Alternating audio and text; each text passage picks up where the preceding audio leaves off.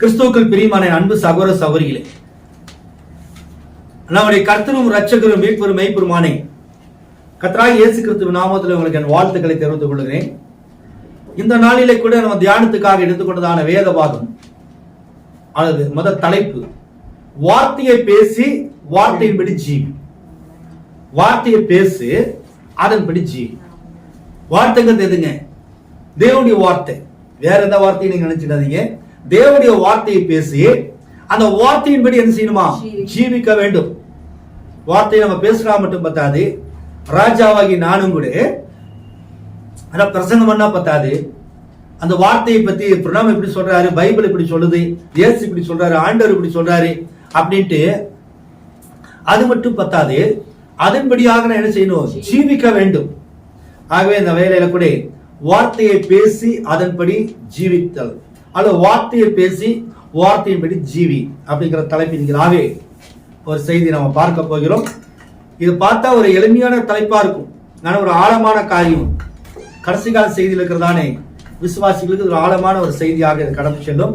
வாசிங்க 2 ராஜாக்களின் புஸ்தகம் 2ஆம் அதிகாரம் 1-6 வரைக்குமாக வசனங்களை வாசிக்க கேட்போம். 2 ராஜாக்களின் புஸ்தகம் 2ஆம் அதிகாரம் 1-6 வரைக்குமாக. கர்த்தர் எலியாவை சுழல் காற்றிலே பரலோகத்துக்கு எடுத்துக்கொள்ள போகிற போது எலியா எலிசாவோட கூட கில்காலில் இருந்து புறப்பட்டு போனார்.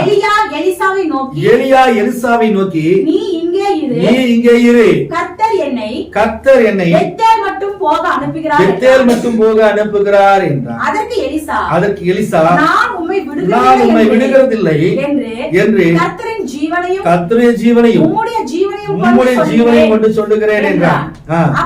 அப்படியே இருவரும் பெத்தேலுக்கு போனார்கள்.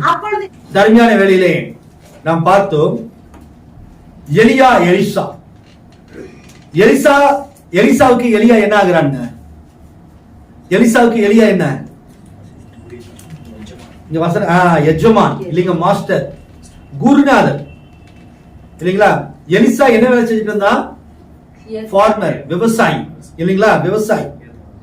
ஏர்மாடு வச்சு உழுது. எத்தனை ஏர்மாடு இருக்கிறது? இல்ல 12 ஏர்மாடா? 12 ஏர்மாடு வச்சு உழுதுட்டு இருந்தா விவசாயி இல்லையா?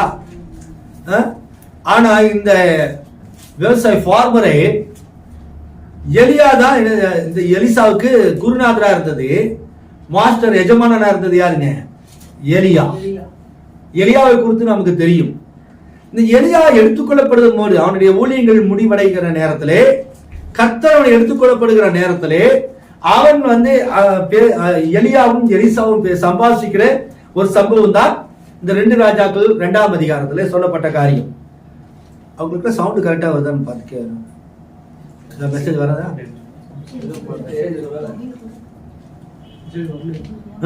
சரி. கர்த்தர் எலியாவை சுழற்காற்றிலே பரலோகத்துக்கு எடுத்துக்கொள்ள போகிற போது எலியா எலிசாவோடு கூட கில்காலில் இருந்து புறப்பட்டு போனான். அப்ப ஆண்டவர் அவனை எப்படி ராப்சர்ல கொண்டு போறாராம்? சுழற்காற்று எலிசாவை பரலோகத்துக்கு அப்படியே உயிரோட எடுத்துக்கொண்டு போறாராம். சரீரம் மறுரூபமாகி போறான். சரிங்களா? அப்ப எலியா எலிசாவோடு கூட கில்காலில் இருந்து புறப்பட்டு போனான். எலியா எலிசாவை நோக்கி, நீ இங்கே இரு, கர்த்தர் என்னை பெத்தேல் மட்டும் போக அனுப்புகிறார் என்றார். அதற்கு எலிசா, நான் உன்னை விடுகிறதில்லை என்று கர்த்தரின் ஜீவனையும் நம்முடைய ஜீவனையும் கொண்டு சொல்லுகிறேன் என்றார். அப்படியே இருவரும் பெத்தேலுக்கு போனார்கள். பாருங்க, இப்ப எலிசாவோட எலியாவும் எலிசாவும் ரொம்ப ஐக்கியமா இருக்கிறாங்க இல்லைங்களா? எஜமானனும் எஜமானுடைய சிஷ்யனும் 2 பேரும் எப்படி இருக்கிறாங்க? ரொம்ப ஐக்கியமா இருக்கிறாங்க. அப்ப நான் என்ன செய்யறேன்? கில்காலில் இருந்து எங்க போறான்? பெத்தேலுக்கு போறேன்னு எலியா சொல்லும் போது எலிசா சொன்ன, நோட்டன நான் விட மாட்டேன், நானும் கூட வருவேன் அடம்பிடிக்கிறான். அப்ப இல்ல வேண்டான்னு சொன்னாலும் இல்ல, கர்த்தருடைய ஜீவனை கொண்டும் உம்முடைய ஜீவனை கொண்டும் என்ன செய்யறேன் சொல்லுகிறேன் அப்படின்னா. சரி, இப்போ நம்ம இதுல ஆரம்பிக்க போறோம். எலியா யாருக்கு அடையாளம், எலிசா யாருக்கு அடையாளம் அப்படின்னு நம்ம பார்க்க போறோம். அடுத்தபடியாக இங்க 4 ஸ்டேஷன் வருகிறது, 4 இடம் வருகிறது. ஒன்று கில்கால், அடுத்ததாக பெத்தேல், அடுத்ததாக எரிகோ, அடுத்ததாக யோர்தான். கில்கால், பெத்தேல், எரிகோ, யோர்தான், இந்த 4 இடங்களை குறித்ததான ஒரு சின்ன காரியம். இவருடைய டிராவல், இவருடைய பயணம். ஒரு தீர்க்கதரிசியும் அவனோடு கூட உடன் தீர்க்கதரிசியும் 2 பேருமே ப்ராபட்ஸ் தான், 2 பேருமே தீர்க்கதரிசிகள் தான். இந்த தீர்க்கதரிசியினுடைய எலியா தீர்க்கதரிசியுடைய பாதையிலே எலிசா தீர்க்கதரிசி போகிறான், டிராவல் பண்றான். எலியா வேண்டான்னு சொன்னாலும் கூட இந்த எலிசா என்ன செய்கிறான்? இல்ல, நான் உங்களோட தான் வருவேன், உம்முடைய தேவன் என்னுடைய தேவன், சரி உம்முடைய ஜீவனை கொண்டும் கர்த்தருடைய ஜீவனை கொண்டு என்ன செய்யறேன் சொல்லுகிறேன் அப்படின்னு எலிசா சொல்றான். எந்த மனுஷனா அப்படி சொல்ல முடியுமா? ஆண்டவருடைய ஜீவனை கொண்டு சொல்றேன் நானும் நீங்களா சொல்ல முடியுமா? நான் எலிசா என்ன சொல்றான்? உம்முடைய ஜீவனை கொண்டு சொல்றேன், கர்த்தருடைய ஜீவனை கொண்டு சொல்லுகிறேன் அப்படின்னு எலிசா சொல்லுகிறான். பாருங்க, இந்த அவங்க அதே மாதிரி பெத்தேலுக்கு போறாங்க, அப்புறம் எரிகோவுக்கு போறாங்க, யோர்தானுக்கு போறாங்க. யோர்தானை கடந்து அவங்க போகும்போது ஒரு சிம்பிளா ஒரு மேட்டர் நடக்குது. 7வது வசனம் வாசிங்க. தீர்க்கதரிசிகளின் புத்திரரில் 50 பேர் போய் தூரத்திலே பார்த்து கொண்டு நின்றார்கள். அவர்கள் இருவரும் யோர்தான் கரையிலே நின்றார்கள். அப்பொழுது எலியா தன் சால்வை எடுத்து முறுக்கி தண்ணீரை அடித்தான். அது இருபக்கமாக விரிந்தது. அவர்கள் இருவரும் உலர்ந்த தரையின் வெளியே போனார்கள். பாருங்க, எவ்வளவு ஒரு மிராக்கிள் பாருங்க. நம்ம ஏதாவது ஒரு வாய்க்கால் மழை வந்து ஏதாவது அப்படி மழை போயிட்டு இருந்துச்சுன்னா என்ன பண்றோம்? அங்க இருந்து ஒரு கல்லை போடுறோம், அந்த கல்லு மேல எட்டி போறோம், ஒரு பலகையை போடுறோம், இல்ல ஒரு டயரை தூக்கி போடுறோம், இல்லைங்களா? ஒரு ஆறு குறுக்க போகும்போது என்ன பண்ண முடியும்? யோர்தான வெள்ளம் புரண்டு போகுது. ஆனா எலிசா பயப்படல, அவன் எதுவுமே யோசிக்கல.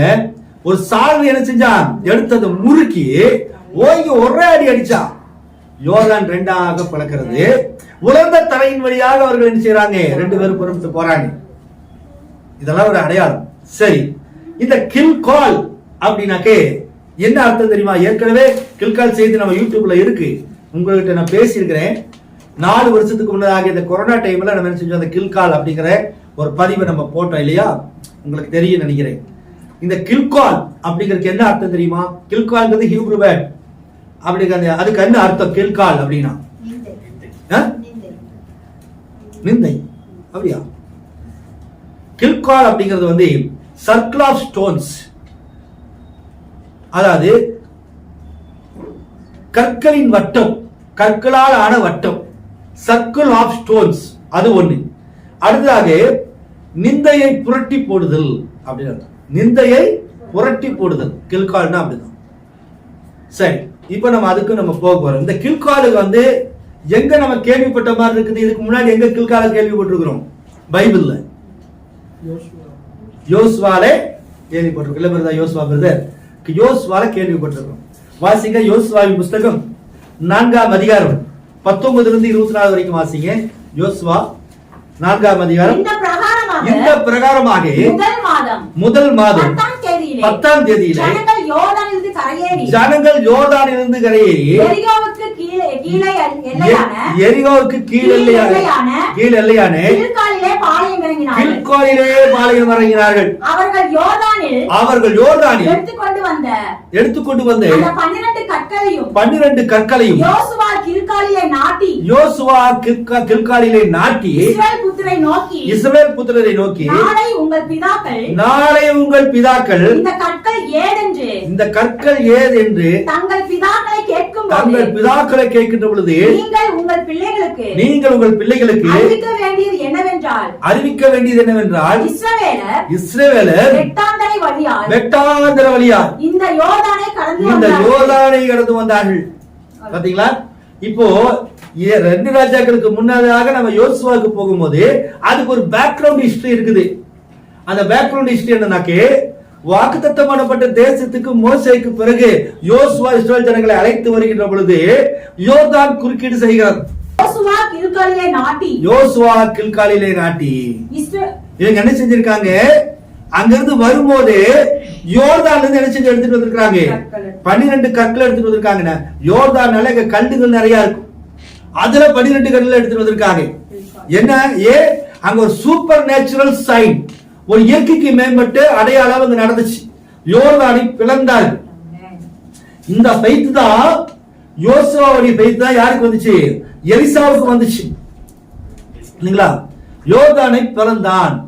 அப்ப அங்க இருந்து அந்த கற்களை 12 கற்களை எடுத்துட்டு வராங்க. இந்த 12 கற்களை கொண்டு வந்து எங்க வைக்கிறாங்க?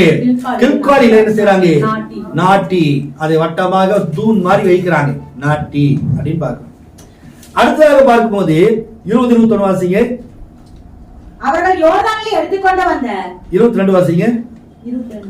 நீங்கள் உங்கள் பிள்ளைகளுக்கு அறிவிக்க வேண்டியது என்னவென்றால், இஸ்ரவேலர் வெட்டாந்தர வழியாய் இந்த யோர்தானை கடந்து வந்தார்கள். பூமியின் சகல ஜனங்களும் கர்த்தருடைய கரம் பலத்த கரம் என்று அறியும்படிக்கும் நீங்கள் சகல நாளும். பாருங்க, இந்த கல்லு வந்து நாம கொண்டு வந்து இந்த கில்கால்ல வைக்கிறோம். நமக்கு பின்னாடி வரக்கூடிய சந்ததிகள் இருக்காங்க இல்லையா, மற்ற பிள்ளைங்க, அவங்க இந்த ஜெனரேஷன் வரும்போது இந்த யோர்தானை நம்ம கடந்து வந்தோம், இந்த வழியாக இந்த காரியங்கள் நடந்துச்சுன்னு உங்க பிள்ளைகளுக்கு சொல்லும்படியாக அதை நினைவாக வையுங்கள். நினைவு கற்கள். யோர்தானில 2 விஷயங்கள். யோர்தானில கில்கால் அப்படின்னாக்க நம்ம மைண்ட்ல வைக்க வேண்டிய விஷயம் 2 விஷயம். ஒரு விஷயம் வந்து அங்க யோர்தானிலிருந்து எடுத்துக்கொண்டு வரப்பட்டதான 12 கற்கள் அங்க வட்ட வடிவத்துல வைக்கப்பட்டுச்சு சரிங்களா? அடுத்தபடியாக இன்னொரு காரியம் இருக்கிறது. அதை நீங்க வாசிங்க. யோசுவா 5ஆம் அதிகாரம் 2வது வசனமும் 6-9 வரைக்கும் வாசிங்க. அக்காலத்திலே கர்த்தர் யோசுவாவை நோக்கி நீ கற்கான கத்திகளை உண்டாக்கி பின்பு இரண்டாம் விசை திரும்ப இரண்டாம் விசை இஸ்ரவேல் புத்திரரை விருத்த சேதனம் பண்ணு என்றான். 6-9 வரைக்கும் வாசிங்க. கர்த்தருடைய சத்தத்திற்கு கீழ்ப்படியாமல் போன எகிப்திலிருந்து புறப்பட்ட யுத்த புருஷரான யாவரும் சாது மட்டும் வனாந்தரத்தில் இஸ்ரவேல் புத்திரர் 40 வருஷம் வனாந்தரத்தில் நடந்து திரிந்தார்கள். கர்த்தர் எங்களுக்கு கொடுக்கும்படி அவர்கள் பிதாக்களுக்கு ஆணையிட்ட பாலும் தேனும் ஓடுகிற தேசத்தில் அவர்கள் காண்பதில்லை என்று கர்த்தர் அவர்களுக்கு ஆணையிட்டிருந்தார். 9வது வாசிச்சீங்களா? வாசிங்க. அவர்களுக்கு பதிலாக அவர் எழும்ப பண்ணின அவர்கள் பிள்ளைகளை யோசுவா விருத்த சேதனம் பண்ணினார். வழியிலே அவர்களை விருத்த சேதனம் பண்ணாததினாலே அவர்கள் விருத்த சேதனம் இல்லாதிருந்தார்கள். ஜனங்கள் எல்லாரும் விருத்த சேதனம் பண்ணப்பட்டு தீர்ந்த பின்பு அவர்கள் குணமாக மட்டும் தங்கள் இடத்திலே பாளையத்திலே தரித்திருந்தார்கள்.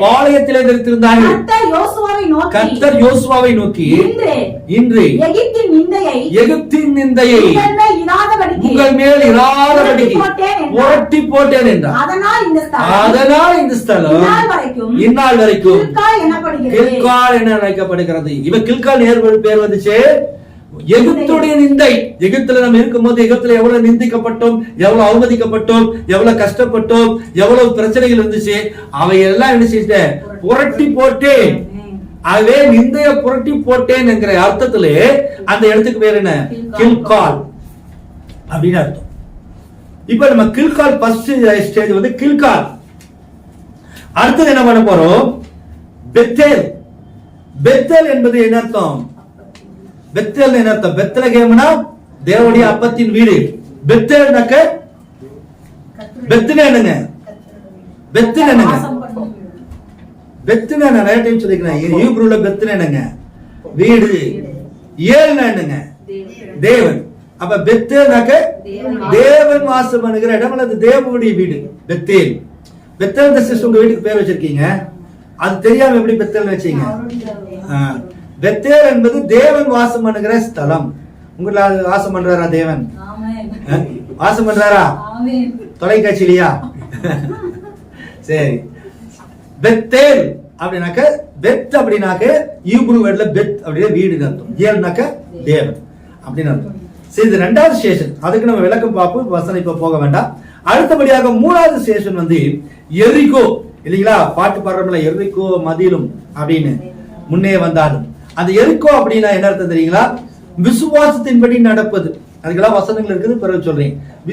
விசுவாசத்தின்படி ஒன்லி பிலீவ் அப்படின்ட்டு நம்ம சொல்றதா எரிகோ. அடுத்ததாக யோர்தான். யோர்தான் என்ன அர்த்தங்க? மரணம். யோர்தான் என்பது மரணம், உயிர்த்தெழுதல், ரெண்டுக்குமே அது சொல்லலாம். மரணம், அந்த யோர்தானை மரிச்சு உயிரோடு எந்திரிக்கிறது. யோர்தானை கடக்கும் விசுவாசியே, நீ தேவனுடைய சத்தத்தை கேட்பாயோ. இல்லைங்களா? ஆகவே அந்த யோர்தான், இந்த 4 வந்து முதலாவது கில்கால், அடுத்ததாக பெத்தேல், அதுக்கடுத்ததாக எரிகோ, அதுக்கடுத்தபடியாக யோர்தான்.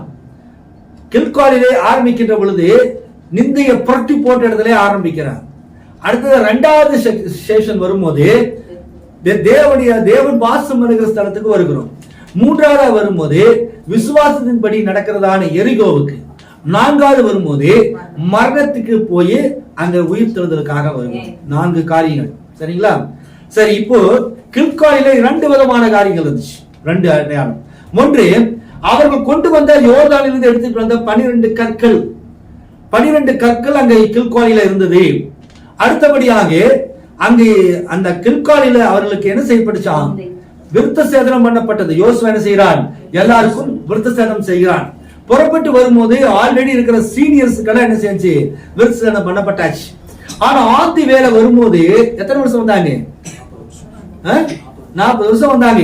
அப்போ இடையில வந்த வயல்களுக்கெல்லாம் புதுசா செய்திக்கு வந்தவங்க என்ன செய்யல, அவங்க விருத்த சேதனம் பண்ணப்படல. எல்லாமே வாலிப பசங்க, 20-25 வயசு 30 வயசு பசங்க, அவங்களுக்கு சர்க்கம்சிஷன் பண்ணல. ஆனா முன்னாடி இருக்கிறவங்க வயசான நாட்களுக்கெல்லாம் விருத்த சேதனம் பண்ணியாச்சு. அவங்க வாலிபமா இருக்கும்போது, அங்க இருக்கும்போது மோசையின் காலத்துல யோசுவா காலத்துல பண்ணியாச்சு. ஆனா டிராவல் டைம்ல பண்ண முடியல. அப்போ கில்கால் அப்படிங்கிற இடம், இந்த கில்கால் இடம் தெரியுமா? வாக்குத்தத்தம் பண்ணப்பட்ட தேசத்துக்கு இவர்கள் போய் முதல்ல இறங்குற இடம் எதுங்க? கில்கால். சரிங்களா? அதே மாதிரி வாக்குத்தத்தம் பண்ணப்பட்ட தேசத்துக்கு போன உடனே முதலாவது சண்டை எங்க ஆரம்பிச்சதுங்க? யுத்தம் எங்க ஆரம்பிச்சது? வாக்குத்தத்தம் பண்ணப்பட்ட தேசத்துக்கு இவங்க போறாங்க. ஃபர்ஸ்ட் இவங்க போய் லேண்ட் ஆகுறது கில்கால். யுத்தம் எங்க ஆரம்பிச்சது? எரிகோல ஆரம்பிச்சு. இல்லைங்களா? எரிகோல தானே யுத்தம் நடந்துச்சுங்க. அதான் ஃபர்ஸ்ட் யுத்தம். சரி, அங்க இருக்கிற ஜனங்களை எல்லாம் துரத்தி விட்டாங்க. அதே மாதிரி யோசுவா அதான வாசிச்சீங்க. சரி, இப்ப இந்த 2 காரியத்தையும் நம்ம என்ன செய்யறோம்? இந்த விருத்த சேதனத்தை ஏன் வந்து யோசுவா அனுமதிச்சா? ஜனங்களுடைய கீழ்ப்படியா. இல்லைங்களா? அவங்க வந்து டிஸ்ஓபீடியன்ட், கர்த்தருக்கு கீழ்ப்படியல. கீழ்ப்படியாதனால விருத்த சேதனம் கண்டிப்பா எடுக்கணும் அப்படின்ட்டார். இத 12 கற்கள் முதல்ல சொன்னோம் இல்லையா? அது இந்த நாள்ல புதிய ஏற்பாட்டுக்கு நம்ம என்ன செய்யணும்? கில்காலை இந்த நாள்ல புதிய ஏற்பாட்டுக்கு ஒப்பிட வேண்டும், இந்த கடைசி கால செய்திக்கு ஒப்பிட வேண்டும். அதுக்கடுத்தாக பெத்தேலை இந்த சபை கடைசி கால செய்திக்கு ஒப்பிட வேண்டும். 3வதாக எரிகோவை இந்த கடைசி கால செய்திக்கு ஒப்பிட வேண்டும். 4வதாக யோர்தானை என்ன செய்யணும்? இந்த கடைசி கால செய்திக்கு ஒப்பிட வேண்டும். அப்ப நமக்கு எந்த இடத்துல நம்ம இருக்கிறோம், என்ன வார்த்தையை பேசுவது மாத்திரமல்ல, அதன்படியாக ஜீவிக்கணும் அப்படிங்கிற ஒரு காரியத்துக்குள்ளாக நம்ம கடந்து செல்லலாம். ஒரு ஆழமான காரியத்துக்கு நம்ம என்ன செய்யறாரு? எலியா எலிசாவை எப்படி அவங்க டிராவல் பண்ணாங்க. ஆனா அவங்க ஸ்டார்ட் பண்றது கில்கால். அப்ப கில்கால் இருந்தா நம்ம நிக்கிறோம். இந்த கில்காலில 2 விதமான அடையாளங்கள். ஒன்று 12 கற்கள். அப்படின்னாக்க இந்த நாளில இந்த 12 கற்கள் எதுக்கு அடையாளமா இருக்குது? கல்லுனாலே வெளிப்பாடு. இல்லைங்களா? நாம் அப்போஸ்தலர்கள் தீர்க்கதரிசிகள் என்னுடைய அஸ்திவாரத்தின் மேலே சபையானது கட்டப்பட்டிருக்கிறது. மனவாட்டி சபை எதன் மேல கட்டப்பட்டிருக்குதுங்க? அப்போஸ்தலருடைய உபதேசத்திலையும் தீர்க்கதரிசியுடைய உபதேசத்திலையும் செய்யப்பட்டிருக்குது, கட்டப்பட்டிருக்கிறது. அப்படின்னாக்க அந்த கல் அப்படிங்கிறது எதை குறிக்குதுங்க? வெளிப்பாடு, வார்த்தை குறிக்குது. அந்த வார்த்தை யாருடைய வார்த்தை, யாருடைய வெளிப்பாடு? அப்போஸ்தலருடைய தேவன் அப்போஸ்தலர்கள் மூலமாய் நமக்கு கொடுத்த வெளிப்பாடு. அப்ப 12 அப்போஸ்தலர்கள் எதை பிரசங்கித்தார்களோ, எந்த நாமத்திலே ஞானஸ்நானம் கொடுத்தார்களோ, எந்த தேவனை ஆராதித்தார்களோ, அந்த 12 அப்போஸ்தலர்கள் எதை அஸ்திவாரமாய் போட்டார்களோ, அந்த அஸ்திவாரத்தின் மேல் இருப்பதுதான் மனவாட்டி சபை. அல்லேலூயா. இல்லைங்களா? ஸ்தாபன சபைகள் அதிலிருந்து கலண்டாச்சு, அந்த கல்லு மேல அவங்க கட்டப்படல. அவங்க என்ன செய்யறாங்க? நிசையா மகா நாட்டுல வந்து அந்த நிசைன் கிரீட் விசுவாச பிரமாணத்துல வராங்க. பிதா குமாரன் பரிசுத்தாவி நாமத்தில் ஞானஸ்தானம், திருத்துவ ஞானஸ்தானம், விக்கிரக ஆராதனை, பாரம்பரிய உபதேசங்கள், கிறிஸ்துமஸ் பண்டிகை, ஈஸ்டர் பண்டிகை, இந்த மாதிரியான தவறான உபதேசங்கள், அதாவது பாரம்பரிய உபதேசத்துல வராங்க, மனிதர்களால் கொண்டு வரப்பட்ட கற்கள். ஆனா யோசுவா யார் அடையாளமா இருக்கிறான்? பரிசுத்தாவிக்கு அடையாளமா இருக்கிறான். இந்த நாள்ல யோசுவா யாரு? பரிசுத்தாவி. மோசே அந்த நாள் இருந்தான். மோசேக்கு அடுத்தாக யார் வந்தா? யோசுவா. இன்னைக்கு நம்ம காலத்தினுடைய செய்தியில் இன்னைக்கு யாரு செய்தி கொண்டு வந்தது? திருக்கதரிசி பிரணாம். பிரணாமுக்கு அடுத்து யார் இருக்கிறா? பிரணாமுக்கு அடுத்ததாக செய்தி நமக்கு கொடுக்கிறது யாருங்க? பரிசுத்தாவியானவர் இல்லைங்களா? பரிசுத்தாவி. பழைய ஏற்பாட்டின் யோசுவா, இந்த கடைசி கால செய்திக்கு பரிசுத்தாவி. புத்திர சுவிகாரம் என்ற செய்தியில ப்ராப்பர்ட் இதை பத்தி தெளிவா பேசுவார். சரிங்களா? அப்ப இந்த பரிசுத்தாவி, அப்போ அன்னைக்கு யோசுவா இருந்து சபையை வழி நடத்தி அவனுக்கு விருத்தசேதனம் செய்து சபையை ஒழுங்குக்குள்ள கொண்டு வந்து வாக்குத்தத்தம் பண்ணப்பட்ட தேசத்துக்குள்ள கொண்டு போய் ஜனங்களுக்கு 12 கோத்திரங்களுக்கும் 12 இடங்களை செய்யறான், பிரித்து கொடுத்தது போல இந்த கடைசி நாட்களில் நம்முடைய யோசுவா யாரு? பரிசுத்தாவியானவர். இன்றைக்கு அவர் பலமுள்ள தூதனாக நம்ம மத்தியிலே பரிசுத்தாவியாக இறங்கி வந்து இந்த வார்த்தைகளின் மூலமாக நமக்கு யாராருக்கு எந்தெந்த ஸ்தலம், யாராருக்கு என்னென்ன ஸ்தானம் அப்படிங்கிற புத்திர ஸ்தானத்துக்குள்ள நம்மளை செய்யறாரு, கொண்டு போய் நிறுத்துறாரு இல்லைங்களா? இதுக்கு அடையாளம். சரி, இப்போ இந்த யோசுவா என்ன செய்யறான்? எல்லாருக்குமாக ஜனங்கள் கீழ்ப்படியாம இருக்கிறானுங்க அப்படின்னாக்க அவங்களுக்கு ஒரு உடன்படிக்கை, தேவனுக்கும் மனுஷனுக்கும் ஒரு உடன்படிக்கை ஏற்பட வேண்டும். அந்த உடன்படிக்கைக்கு அடையாளமாக விருத்த சேதனம். அந்த திருப்பதி சொல்வாரு, ஆபிரகாம் தேவனை விசுவாசித்தான், அதுக்கு அடையாளமாக அவனுக்கு என்ன செஞ்சாரு? விருத்த சேதனம் ஒரு அடையாளம். தேவனை விசுவாசிச்சான் அப்படின்னாக்க அதுக்கு ஒரு அடையாளம் வேணுமே, அப்படின்னா விருத்த சேதனம். விருத்த சேதனம்னா என்னன்னு உங்களுக்கு தெரியுமா? நுனித்தோலி மாமிசத்தை அறுக்கிறது இல்லையா? குட்டி பசங்க இருக்க யசுர மாதிரி பசங்க இருக்காங்களா, அந்த கால விருத்த சேதனம் மாதிரி குழந்தையிலேயே கொடுத்துருவாங்க. அந்த இஸ்லாமியர்கள் இல்லைங்களா, முஸ்லிம்கள் அதை சுன்னத் அப்படின்னு சொல்லுவாங்க, சுன்னத் மேரேஜ் அப்படிம்பாங்க. அதை ஆங்கிலத்துல சர்க்கம்சிஷன் அப்படின்னு சொல்றது. பைபிள் வேர்டு என்னது? விருத்த சேதனம். சின்ன பையன்லயே கொடுத்துட்டா பிரச்சனை இல்லை. ஏன்னாக்கு அந்த சின்ன பையனுக்கு அந்த யூரின் போற இடத்துல நுனித்தோடு இருக்கு பாத்தீங்களா, அதை வந்து கட் பண்றது. அதை கட் பண்ணியாச்சுன்னா வலி பயங்கரமா எடுக்கும். ஆனா சின்ன பையனா இருக்கனால அந்த வலி தெரியாது, குழந்தைகளுக்கு அது தெரியாது. பெருசான உடனே என்ன செய்யாது? தெரியாது. ஆனா பெருசானதுக்கு பிறகு அந்த காரியத்தை செய்யண்டா உயிர் போகும். பெண்ணுக்கு எப்படி ஒரு பிரசவ வேதனை பயங்கரமா அந்த அடி வயிற்றுல வலிக்குமோ அதே மாதிரி கடினமான வலியாது, சமாதானப்படுத்தவே முடியாது, அப்படிப்பட்டதான வலி. அந்த நாட்கள்ல எப்படி பண்ணாங்கன்னா, இதை கத்திய வச்சோ இல்ல கத்திரிக்கோலை வச்சோ சிசரைன் பண்ணியோ, சிசரைன்கிற சர்ஜரி பண்ணியோ அவங்க பண்ண முடியாது. இன்னைக்கு ஹாஸ்பிட்டல்ல 3000 ரூபாயில இருந்து 5000 ரூபாய் 10,000 ரூபாய் வரைக்கும் ஹாஸ்பிட்டல்ல அதை சர்க்கம்சிஷன் பண்றதுக்கு சார்ஜ் பண்றாங்க. போனாக்கா அனஸ்தியா கொடுத்து பெயின் கில்லர் கொடுத்து அதுக்கு மிஷின் எல்லாம் வச்சிருக்கிறாங்க. அது கட் பண்ணதும் தெரியாது, வலியும் தெரியாது. அதுக்கு கட் பண்ணதுக்கு பிறகு ஒரு பேண்டேஜை சுத்தி போட்டு அதுக்கு பிறகு மாத்திரை கொடுத்துருவாங்க. 1 வீக்ல சரியாயி, வலியே தெரியாது. வலி நிவாரண மாத்திரை கொடுத்துருவாங்க. இன்னைக்கு அப்படி ஹாஸ்பிட்டல்ல டாக்டர்ஸ் பண்றாங்க, சர்க்கம்சிஷன் சொல்லுவாங்க. ஆனா அதை சர்ஜரி. ஆனா அன்னைக்கு அப்படி கிடையாது. அன்னைக்கு என்ன செய்வாங்கனாக்க, கற்கான கல்லை எடுத்து அந்த கல்லை மேல அந்த இன்னொரு கல் மேல அதை வச்சு அந்த கல்லை வச்சு என்ன செய்வாங்க, கிச்சு கிச்சுன்னு அறுத்துருவாங்க. எப்படி இருக்கும் அந்த உயிர் போற வேதனை இல்லைங்களா? பயங்கரமான வேதனையா. அதுக்கு பிறகு பாருங்க, அது ரத்தம் எல்லாம் வடிஞ்சதுக்கு பிறகு அந்த இடம் ஓரமா இருக்கு பாருங்க, அது என்ன செஞ்சிடும், சிலருக்கு செப்டிக் ஆயிரும், சிலருக்கு சீல் பிடிச்சிக்கும், சிலருக்கு காஞ்சி அது என்ன செஞ்சிடும், ரொம்ப எரிச்சல் உண்டாகும், தாங்க முடியாத வழியாது. 1 மாசம் ஆகலாம், 2 மாசம் ஆகலாம். அதை என்ன அந்த காலத்துல எப்படி பண்ணாங்கன்னு தெரியல. அது கடின வேதனை உண்டு பண்ணுவதில் ஒரு காரியம். விருத்த சேதனம் என்பது ஏதோ சாதாரணமான விஷயம் அல்ல. இஸ்ரவேலர்களுக்கு கர்த்தரோட உடன்படிக்கை பண்றானா பாருங்க, அவன் என்ன பண்ணிருக்கான்னு பாருங்க. தேவன் அதை ஏன் செய்ய சொன்னார்? ஒன்று அது வேதனை உண்டாக்குற, அவனை வேதனை உண்டாக்குறதுக்காக பண்ணாரு. அந்த வேதனை தான் அவனுக்கு பின்னாளில் ஒரு ஆசீர்வாதமாக சந்தோஷத்தை உண்டு பண்ணும்.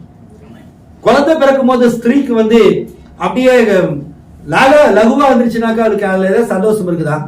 அது குழந்தை பிறக்கிறதுக்கு முன்னாடி வலி தாங்க முடியாது.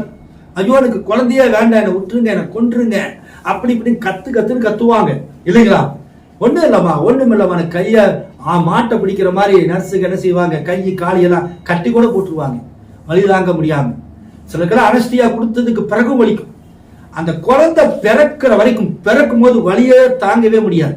உலகத்திலேயே மிகவும் ஒரு பெரிய வலி அது பிரசவ வலிதான் இல்லையா? அது ஒரு பெண்ணுக்கு தான் தாங்க முடியும், ஆணுக்கு கூட அந்த மாதிரி எல்லாம் கிடையாது. அந்த வழியில தான் பிள்ளைகளை பெற்றெடுக்கிறாங்க. நம்முடைய தாய் தகப்ப நம்மளை பெற்றெடுத்தது எவ்வளவு ஒரு விஷயம் தெரியுமா? தாய். அதனாலதான் நம்ம தாயை வந்து என்ன செய்யறோம், போற்றுகிறோம். பெத்தாலும் பெத்த, செத்தாலும் செத்த. அப்போ தாயை நம்ம எப்படி நினைக்கணும்? அந்த மாதிரி தாயை ஒருத்தர் எதிர்க்கிறான், தாயை தூசிக்கிறான், தாயை திட்டுறான்னா அவன் உலகத்திலேயே விளங்கவே மாட்டான். அப்படிப்பட்ட கடின வழியோடு கூட அவள் பெற்று எடுக்கிறான். அந்த குழந்தை வந்து வெளியே விழுந்ததுக்கு பிறகு, அந்த வலி நின்றதுக்கு பிறகு அப்படியே சந்தோஷமா மாறிடுவான். அந்த குழந்தை மேல அப்படியே உயிர், இவளுக்கும் அவளுக்கும் அந்த தொப்புள் கொடி உறவுன்னு சொல்றாங்க இல்லையா, அந்த மாதிரி ஆயிரும் தாய் பாசம். அந்த குழந்தைக்காக தன் உயிரை கூட செஞ்சிருவான், கொடுத்துருவான். அந்த மாதிரி அந்த ஒரு பெண்ணுடைய சுபாவம் மாறிடும். அந்த குழந்தை பிறந்த உடனே புருஷன் மேல இருக்கிற அன்பு குறைஞ்சிடும், தகப்பன் தாய் மேல இருக்கிற அன்பு குறைஞ்சிடும். தன்னுடைய வாழ்க்கை எல்லாமே அந்த குழந்தைக்காக தான். புருஷன் முன்னாடி சண்டை வந்தா கூட குழந்தை தூக்கிட்டு வீட்டுக்கு ஓடுறேன்பா. ஏன் அந்த குழந்தை விட்டுட்டு போக வேண்டியது தானே? அப்பாக்கார கூட சொல்லுவா, தூக்கிட்டு போ அப்படிமா. வீம்புக்கு தான் அந்த குழந்தை வேணும்னு சொல்லுவானே தவிர உண்மையாலுமே அந்த குழந்தைய பார்க்கணுங்கிறது இல்ல. அப்ப தேவன் செய்யறாரு, அந்த தாயும் சேயும் இணைச்சு வச்சிருக்காரு இல்லையா? மிருகங்கள்ல பூனை, தாய் பூனை தான் குட்டியை பார்க்குது. அதே மாதிரி நாய் அந்த தாய் தான் வந்து அந்த ஆண் நாய் அதை கண்டுக்குதா, அதுக்கு இதை தன் குழந்தைன்னா அதுக்கு தெரியாது. ஆனா அந்த பெண்ணாய் இருக்கு பாத்தீங்களா, அந்த குட்டியில பாதுகாக்கிற முறை ரொம்ப பியூட்டியா இருக்கு. அவ்வளவு அழகா அந்த குட்டி பார்த்துக்கும், பக்கத்துல யாரும் விடாது பாருங்க. கோழைய பயந்து சுபாவத்தில் இருக்கிற நாய்க்குட்டி கூட குட்டி வந்துருச்சுன்னா பக்கத்துல யாராவது போனா, வேற நாய்கள் போனா வீரம் அதுக்கு வந்துடும் அந்த பெண்ணாய்க்கு. அது தெருநாய்கள குட்டி போட்டிருக்கும் பாருங்க, அதுக்கு எப்படி சாப்பாடு? அந்த நாய் எங்கேயாவது போயிடுச்சு, அந்த குட்டி ஒரு கண்ணு வச்சு போய் எங்கேயாவது போய் வாங்கிட்டு வந்து அந்த சாப்பாடு எடுத்து கொண்டு வந்து என்ன செய்யும், அது அந்த குட்டிகளுக்கு கொடுக்கும் பாருங்க. அதெல்லாம் ரொம்ப உலகத்திலேயே விலையேற பெற்றது அந்த தாய் பாசம். பறவைகளுக்கு, மிருகங்களுக்கு, உலகத்துல இருக்கிற அத்தனை ஜீவன்களுக்கு உண்டு இல்லைங்களா? மனுஷன்ல கூட சில பெண்கள் வந்து என்ன செய்யறாங்க, குழந்தைக்கு துரோகம் பண்ணிடுவாங்க, புருஷனுக்கு துரோகம் பண்ணிடுவாங்க. ஆனா மிருகங்கள் அப்படி கிடையாது. அது வளர்ற வரைக்கும், ஒரு குறிப்பிட்ட நாள் வரைக்கும் அந்த தாயை வந்து என்ன செய்யாது, அந்த குட்டிகளை பாதுகாக்கிற விதமே தனி. அத நீங்க யூடியூப்ல பாருங்க, நிறைய இருக்கும். சரி, இந்த தாய் பெற்றெடுக்கிற இந்த வலி கடினமா எப்படி இருக்கிறதோ, அதே போல ஒரு புருஷனுக்கு ஆணுக்கு வந்து இந்த விருத்த சேதனம் பண்ணும் போது அவ்வளவு வலி இருக்கும். அதை கட் பண்ணும் போது வலிக்கும். அதுக்கு பிறகு அது ரத்தம் சொட்ட அது காயமாயி அதுக்கு பிறகு சில நேரம் புண்ணா மாறி. அப்ப எங்கேயுமே எந்திரிச்சு நடக்க முடியாது, உட்கார முடியாது, சமாதானப்படுத்த முடியாது. இங்க ஏதாவது காயம் வந்தா இந்த காயத்தை பாருங்களா, முதுகுல காயம் வந்தா பார்க்கலாம், மூஞ்சில காயம் வந்தா காட்டலாம். இப்ப அங்க காயம் போது யார்த்தையும் காட்டவும் முடியாது, தகப்பன் தாயிட்ட கூட காட்ட முடியாது, வெக்கமா இருக்கும் இல்லைங்களா? அப்ப அந்த வலி வீட்டு விட்டாலும் எங்கேயும் போக மாட்டான் இல்லைங்களா? அதனால அந்த காலத்துல இஸ்ரேல் ஜனங்களை வந்து எதிரிகள் வந்து வீழ்த்தும் போது எப்படின்னாக்கு, இவங்க எப்போ விருத்தசனம் பண்ணப்பட்டு இருக்கிறானுங்களோ அந்த நேரம் பாட்டு சண்டைக்கு வருவாங்க. ஏன் தெரியுமா? இவங்களால எதிர்த்து நிக்க கூட முடியாது, எரிச்சலா இருக்கும், வலியோடு எப்படி பட்டயம் எடுத்துட்டு போவான் அந்த மாதிரி. இப்போ யோசுவா இந்த யோர்தானில் இருந்து வந்த இந்த பிள்ளைகளுக்கு என்ன செய்கிறான், இந்த வாலிப பிள்ளைகளுக்கு இந்த விருத்த சேதனத்தை கட்டளை கொடுக்கிறான். என்ன செய்யணும், தேவனுக்கு நீ பிரியமாய் இருந்து இன்னால வரைக்கும் நீ ஆட்டம் போட்டே, இனிமேல் தேவனோடு உடன்படிக்கை பண்ணணும் இல்லைங்களா? அப்ப அந்த உடன்படிக்கை பண்ண இவ்வளவு வேதனையோடு கூட தேவனோடு உடன்படிக்கை பண்ணாதான் தேவனை நீ என்ன செய்வேன், நினைத்துக் கொண்டே இருப்பேன். 12 கற்களும் வந்தது எதுக்கு? நம்முடைய பிதாக்கள், என்னுடைய தாத்தன் பூட்டன் எல்லாம் அங்கிருந்து எங்கிருந்தான், எகிப்திலிருந்து வந்து யோர்தானை கடந்து வந்த போது யோர்தான் பிளந்து அங்கிருந்து இந்த கல் எடுத்துட்டு வந்தாங்கன்னு ஒரு ஹிஸ்டாரிக்கல் ப்ரூஃப், வரலாற்று பிரகாரமான ஒரு ஆதாரத்தை என்ன செஞ்சான், யோசுவா கொண்டு வந்தான். ஏன்னா இளைய தலைமுறைகளுக்கு தெரியாது இல்லையா? இப்ப கடைசி கால செய்தியில இப்ப இருக்கிற பசங்களுக்கு, எங்களுக்கு சீனியரா இருந்த பாஸ்டர் தெரியாது. அவர் யார் தெரியலையே. ஒரு காலத்துல புஸ்தகங்கள் படிச்சோம், பத்திரிகைகள் வந்துச்சு, அந்த பத்திரிகை இந்த கடைசி கால செய்தியெல்லாம் பத்திரிகைகள் பேசுனாங்க, அதெல்லாம் எங்க காலத்துல படிச்சோம். இப்ப இருக்கிறவங்களுக்கு எல்லாமே மொபைல்ல வந்து வாட்ஸ்அப், இதுதான் மெயினா, வாட்ஸ்அப் தான் அதிகமா இருக்கு. இந்த வாட்ஸ்அப்ல தான் வளர்ந்து வராங்க. அதனால அவங்களுக்கு தலைகால் தெரியறது இல்லை, எங்க ஆரம்பிக்கணும் எங்க முடிக்கணும்னு தெரியாது. அப்போ இன்றைய சந்ததிக்கு எங்களோட சீனியர்ஸ் தெரியாது. இன்னும் நான் எல்லாம் இறந்ததுக்கு பிறகு ஒரு 2-3 சந்ததி வரும்போது ராஜா பிரதனை யார் கேள்விப்பட்டிருக்கிறோம், ஆனா தெரியாது. நல்லவன் சொல்லுவான் 10 பேர் கெட்டவன் சொல்லுவான். அவர் அப்படி ஆமா இப்படி ஆமா, கெட்டதும் போயிட்டு இருக்கும். அதை சரி பண்றதுக்கு நான் உயிரோடு இருக்க முடியாது.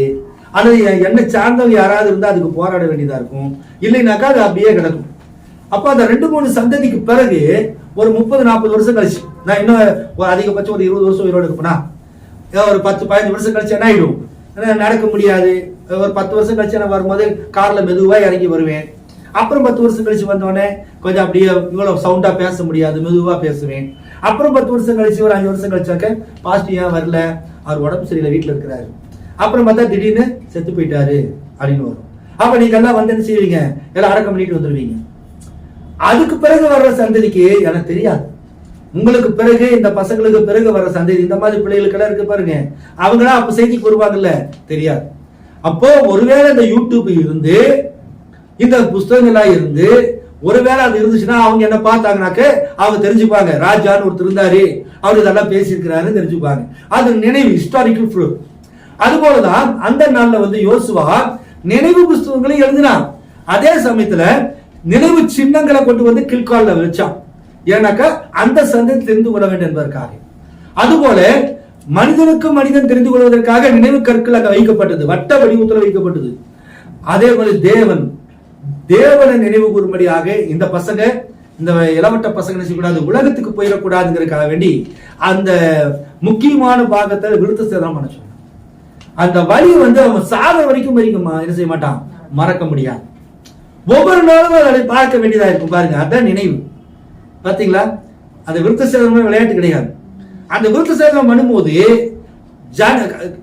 அதாவது ஏன் வந்து விருத்த சேதனம் பண்ணவங்க, சர்க்கம்சிஷன் பண்ணவங்க ஜனங்க ஒரு ஃபேமிலியில 9 குழந்தைக்கு 10 குழந்தைங்க, புரியுதா உங்களுக்கு? அதே மாதிரி ஜூஸ் கிடைச்சு பாருங்க. நம்ம விருத்த சேதனம் பண்ணாத கிறிஸ்தவர்கள் எடுத்துக்கீங்க, எத்தனை குழந்தைங்க? 2 குழந்தை, 1 குழந்தை, 3 ரொம்ப ஆச்சரியம். 2 குழந்தை இல்லைன்னா 1, அதுக்கு மேல 1க்கு மேல வர்றதில்லை. அதுக்கு பட்சம் 2 தக்கி முக்கி வருது. அதுக்கு பிறகு 3 ரொம்ப போராடினா வரும், அவ்வளவுதான். ஆனா இஸ்ரேல் ஜனங்களுக்கு என்ன, ஜனங்கள் பசங்க 10 குழந்தை 12 குழந்தைகளா பெற்றெடுத்திருக்கிறாங்க இல்லைங்களா? அதே மாதிரி இஸ்லாமியர் வீட்டுல இன்னைக்கு என்ன செய்யுது, அது மல்டிபிகேஷன் ஆகுது. சோ விருத்த சேதனம் பண்ணும்போது அது பிள்ளைகளை உற்பத்தி செய்யறதுக்கு அது தோதுவா இருக்கு இல்லைங்களா? ஸ்திரீகள் இருக்கிறதுனால நான் அதை ஓப்பனா சொல்ல முடியாது, நிறைய அது ஒரு விஷயங்கள், அதுல நிறைய விஷயங்கள் இருக்குது. ஆகவேதான் தேவன் செஞ்சாரு, நுணுத்தோலை நீக்கிது அப்படின்னாரு. அந்த இடம் மறத்து போகணும் அப்படிங்கிறதுக்காக. ஆகவே தேவன் செஞ்சாரு, இஸ்ரேல் ஜனங்கள் கொஞ்சமா இருந்ததுனால பழிக்கு பெருகும்படியாக விருத்த சேதனம் அடையாளத்தை கொடுத்தார். அந்த விருத்த சேதனமானது கடுமையான வேதனை உள்ளது. இன்றைக்கும் இதை நம்ம ஆவிக்குரியவர்களிடம் எடுத்து பார்ப்போமானால், இன்னைக்கு விருத்த சேதனங்கிறது என்ன தெரியுமா? என்னங்க இன்னைக்கு விருத்த சேதனம் எங்க இருக்கணும்? நம்ம இன்னைக்கு எங்க விருத்த சேதனம்? இறுதியத்திலே விருத்த சேதனம் இல்லைங்களா? இறுதியத்திலே விருத்த சேதனம் தான் உண்மையான விருத்த சேதனம். இன்னைக்கு போய் நம்ம அந்த விருத்த சேதனம் பண்ணிட்டு ஆண்டு உடன்படிக்கை பண்ணிட்டேன்னு சொல்லக்கூடாது. அந்த நாட்களுக்குரிய விருத்த சேதனம் என்பது மாம்சத்தை நுனித்தோல் அறுத்தல், அது அன்னைக்கு. ஆனா புதிய ஏற்பாட்டின் காலத்துல அப்படி அல்ல, இருதயத்தில் விருத்த சேதனமே விருத்த சேதனம். விருத்த சேதனம் என்பது என்னன்னாக்கே உலகத்துக்கு இருந்து உங்களை வேறு பிரிப்பதுதான் விருத்த சேதனம். உலகத்திலிருந்து உங்களை வேறு பிரிப்பது. இனிமே நான் உலகத்தை சார்ந்தவன் அல்ல, நான் தேவனோடு சேர்ந்தவன், நான் தேவனுடைய பிள்ளை, நான் கிறிஸ்தவன்.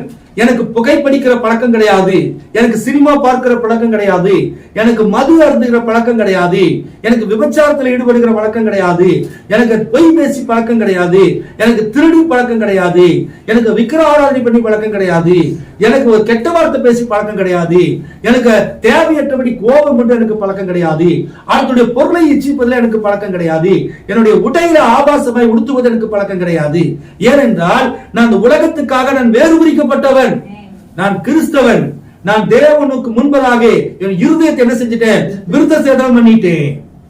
அன்னைக்கு எப்படி விருத்த சேதனம் பண்ணாங்க? கற்கான கல்லால் என்ன செஞ்சாங்க? விருத்த சேதனம் பண்ணப்படும் போது கதறி துடிப்பான், அழுது பொருளுவான், வழி தாங்க முடியாது. இந்த கோயிலுக்கெல்லாம் போய், வேளாங்கண்ணி கோயிலுக்கெல்லாம் போய் பிள்ளைகளுக்கு என்ன செய்வாங்க? காது குத்துவாங்க இல்லையா? அந்த காது குத்துறது பார்த்துருக்கீங்களா? இப்போ வந்து அதுக்கு மிஷின் மாதிரி டச்சுன்னு அடிச்சாக்க டக்குன்னு இதாயிருது. அப்போ ஒரு கோர்மிசி மாதிரி வச்சிருப்பான் பாருங்க. மாமா மடியில உட்கார வச்சுக்குவாங்க. தாய் மாமனை தான் வச்சுதான் காது குத்துருமா இல்லைங்களா? அவன் காது குத்தும் போது மொட்டையில அடிச்சுக்குவாங்க. மொட்டை அடிச்சு சந்திரம் பூசிப்பாங்க. இது வேறு கத்தும். ஒண்ணுமில்லமா அப்படிம்பாங்க. அந்த கோமிசை கொண்டு போய் நறுக்குன்னு குத்தும் போது வேறு கத்து ஒரு வாழைப்பழத்தை வாயை வச்சு முடிச்சிருவாங்க. அது மூச்சு பேச்சு இல்லாம அவ்வளவுதான். வேற வழி அழுவும் முடியாது, வலியும் தாங்க முடியாது இல்லைங்களா? இந்த வேளாங்கண்ணிக்கு போய் காது குத்துறாங்க பாத்தீங்களா இந்த மாதிரி. அப்போ ஒரு காதுல ஓட்ட போடுறதுக்கே வந்து எப்படி துடிக்கிறாங்க இல்லைங்களா? அப்படின்னாக்கே விருத்த சேதனம் என்பது எப்படி இருக்குன்னு நினைச்சு பாருங்க. இன்னைக்கு வந்து காது குத்துறதுக்கு மிஷின் வந்துருச்சு. அதை வச்சு பட்டக் பட்டக் அப்படின்னு நினைச்சுக்கிறாங்க. மூக்குல இங்க 4 ஓட்டை போடுங்க, 4 கம்பல் போடணும். இங்கெல்லாம் சுத்தியெல்லாம் இங்கெல்லாம் கம்பல் இல்லைங்களா? மூக்குல கம்பல் அங்க எல்லாம் பண்ணிக்கிறாங்க. ஆனா அன்னைக்கு அப்படி ஏன்னாக்க இப்போ அதுக்கு மிஷின் வந்தாச்சு, வலி இல்லாம பண்ணிடுறான். அதே மாதிரி பெயின் கில்லர் கொடுத்துட்றான். அந்த இடத்துல என்ன செய்யறான்? ரசாயனத்தை அடிச்சிடறான் வலி இல்லாம மறந்து போறதுக்கு. அன்னைக்கு அப்படி இல்லை, கோடி சுவிச்சு ஓட்ட போடுவான்.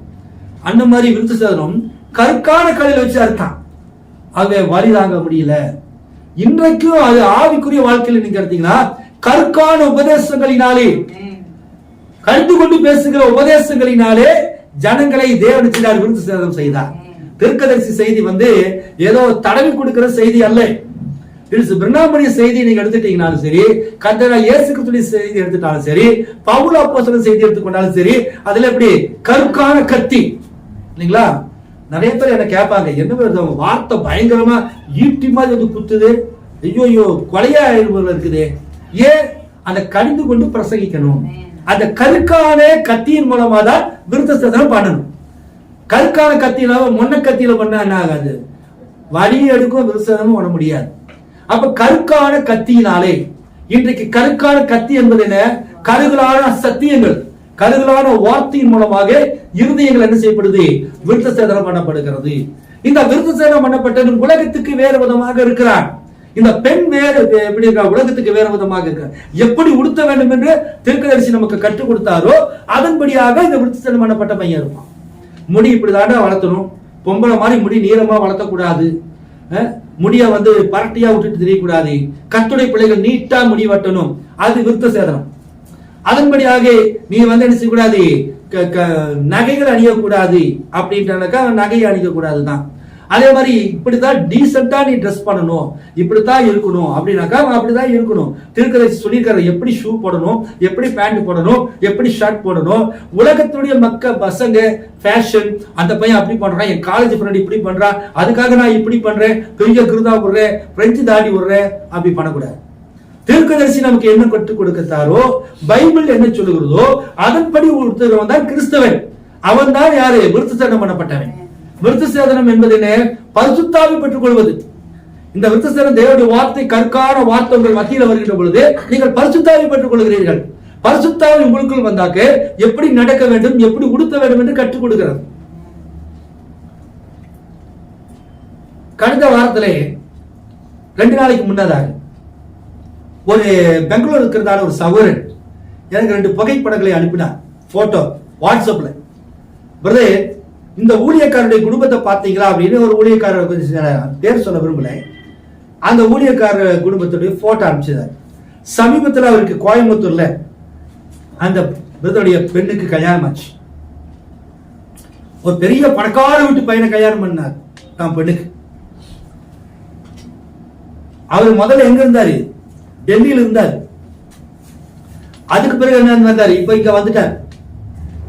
இப்ப இங்க வந்த பிறகு அவருக்கு தமிழ்நாட்டுல, அவர் நம்ம தமிழ்நாட்டுக்காரன் தான், பக்கத்துல இருக்கிற குன்னூர் தான். ஆனா டெல்லியில போய் என்ன செஞ்சாரு? பல வருஷங்களாக ஊழியம் பண்ணி அங்க கல்யாணம் பண்ணி குடும்பம் நடத்தி பிள்ளை பத்து அந்த பிள்ளைகள் எல்லாம் நல்லா படிக்க வச்சார். மனைவி ஒரு பக்கம், புருஷன் ஒரு பக்கம், பிள்ளைகள் ஒரு பக்கம். நான் பேர சொல்ல மாட்டேன். மனைவி ஒரு பக்கம், பிள்ளைகள் ஒரு பக்கம். மனைவிக்கு அவ்வளவுதான் செய்தி தெரியாது, அது நகை போட்டேதான் இருந்துச்சு. ஆனா இவர் எல்லா இடத்துலையும் செய்வாரு. போன செய்தி, புத்திர சுவிகாரம், அடாப்ஷன், இவரை கூட்டு தமிழ்நாட்டு கடைசி கால செய்தி காரங்க. ஏன்னா இவர் தமிழ்நாட்டுக்காரன் தான், ஆனா கூட்டு நிறைய செய்தி கொடுப்பாங்க. எங்க சபைக்கு வாங்க, எங்க சபைக்கு வாங்க அப்படின்ட்டு. நம்ம ஆளுங்க கடைசி கால செய்தி ஆளுகளை பத்தி உங்களுக்கு தெரியுமில்ல. முதல்ல கூப்பிடுவானுங்க, அப்புறம் உயர்த்துவாங்க, அப்புறம் தூக்கி போட்டு மிதிப்பாங்க. அந்த மாதிரி தான் இவர் ஆரம்பத்துல வந்த உடனே, தமிழ்நாட்டுக்கு வந்த உடனே இவருக்கு நிறைய வரவேற்பு இருந்துச்சு. அதை பார்த்த உடனே ஒரு மிகப்பெரிய பிரம்மாண்டமான ஊழியக்காரனா எல்லாரும் நம்மளை கூப்பிடலான்னு நினைச்சாரு. அது பிறகு எவனெல்லாம் கூப்பிட்டாரோ அவனை சீன்றதே கிடையாது. இப்ப அவருக்கு இங்க தமிழ்நாட்டுல ஊழியம் கிடையாது, எல்லாமே ஆந்திரா சைடு. அங்கேயும் இப்ப கம்மியாச்சுன்னு கேள்விப்பட்டேன். ஒரு மனைவி கூட இருந்தால்தான் அந்த ஊழியம் செய்ய முடியும். சொந்த குடும்பத்தை நடத்த முடியாதவன் சபையை நடத்த முடியாது, பிரசங்கிக்க தகுதியற்றவன். தான் எதில் பிரசங்கிக்கிறானோ அதில் அந்த மனைவி பிள்ளைகளை அவன் கொண்டு வர வேண்டும், முயற்சி எடுக்க வேண்டும். அப்போ அது இல்லை அப்படின்னாக்க பிரசங்கத்தை கொஞ்சம் நிறுத்திடு.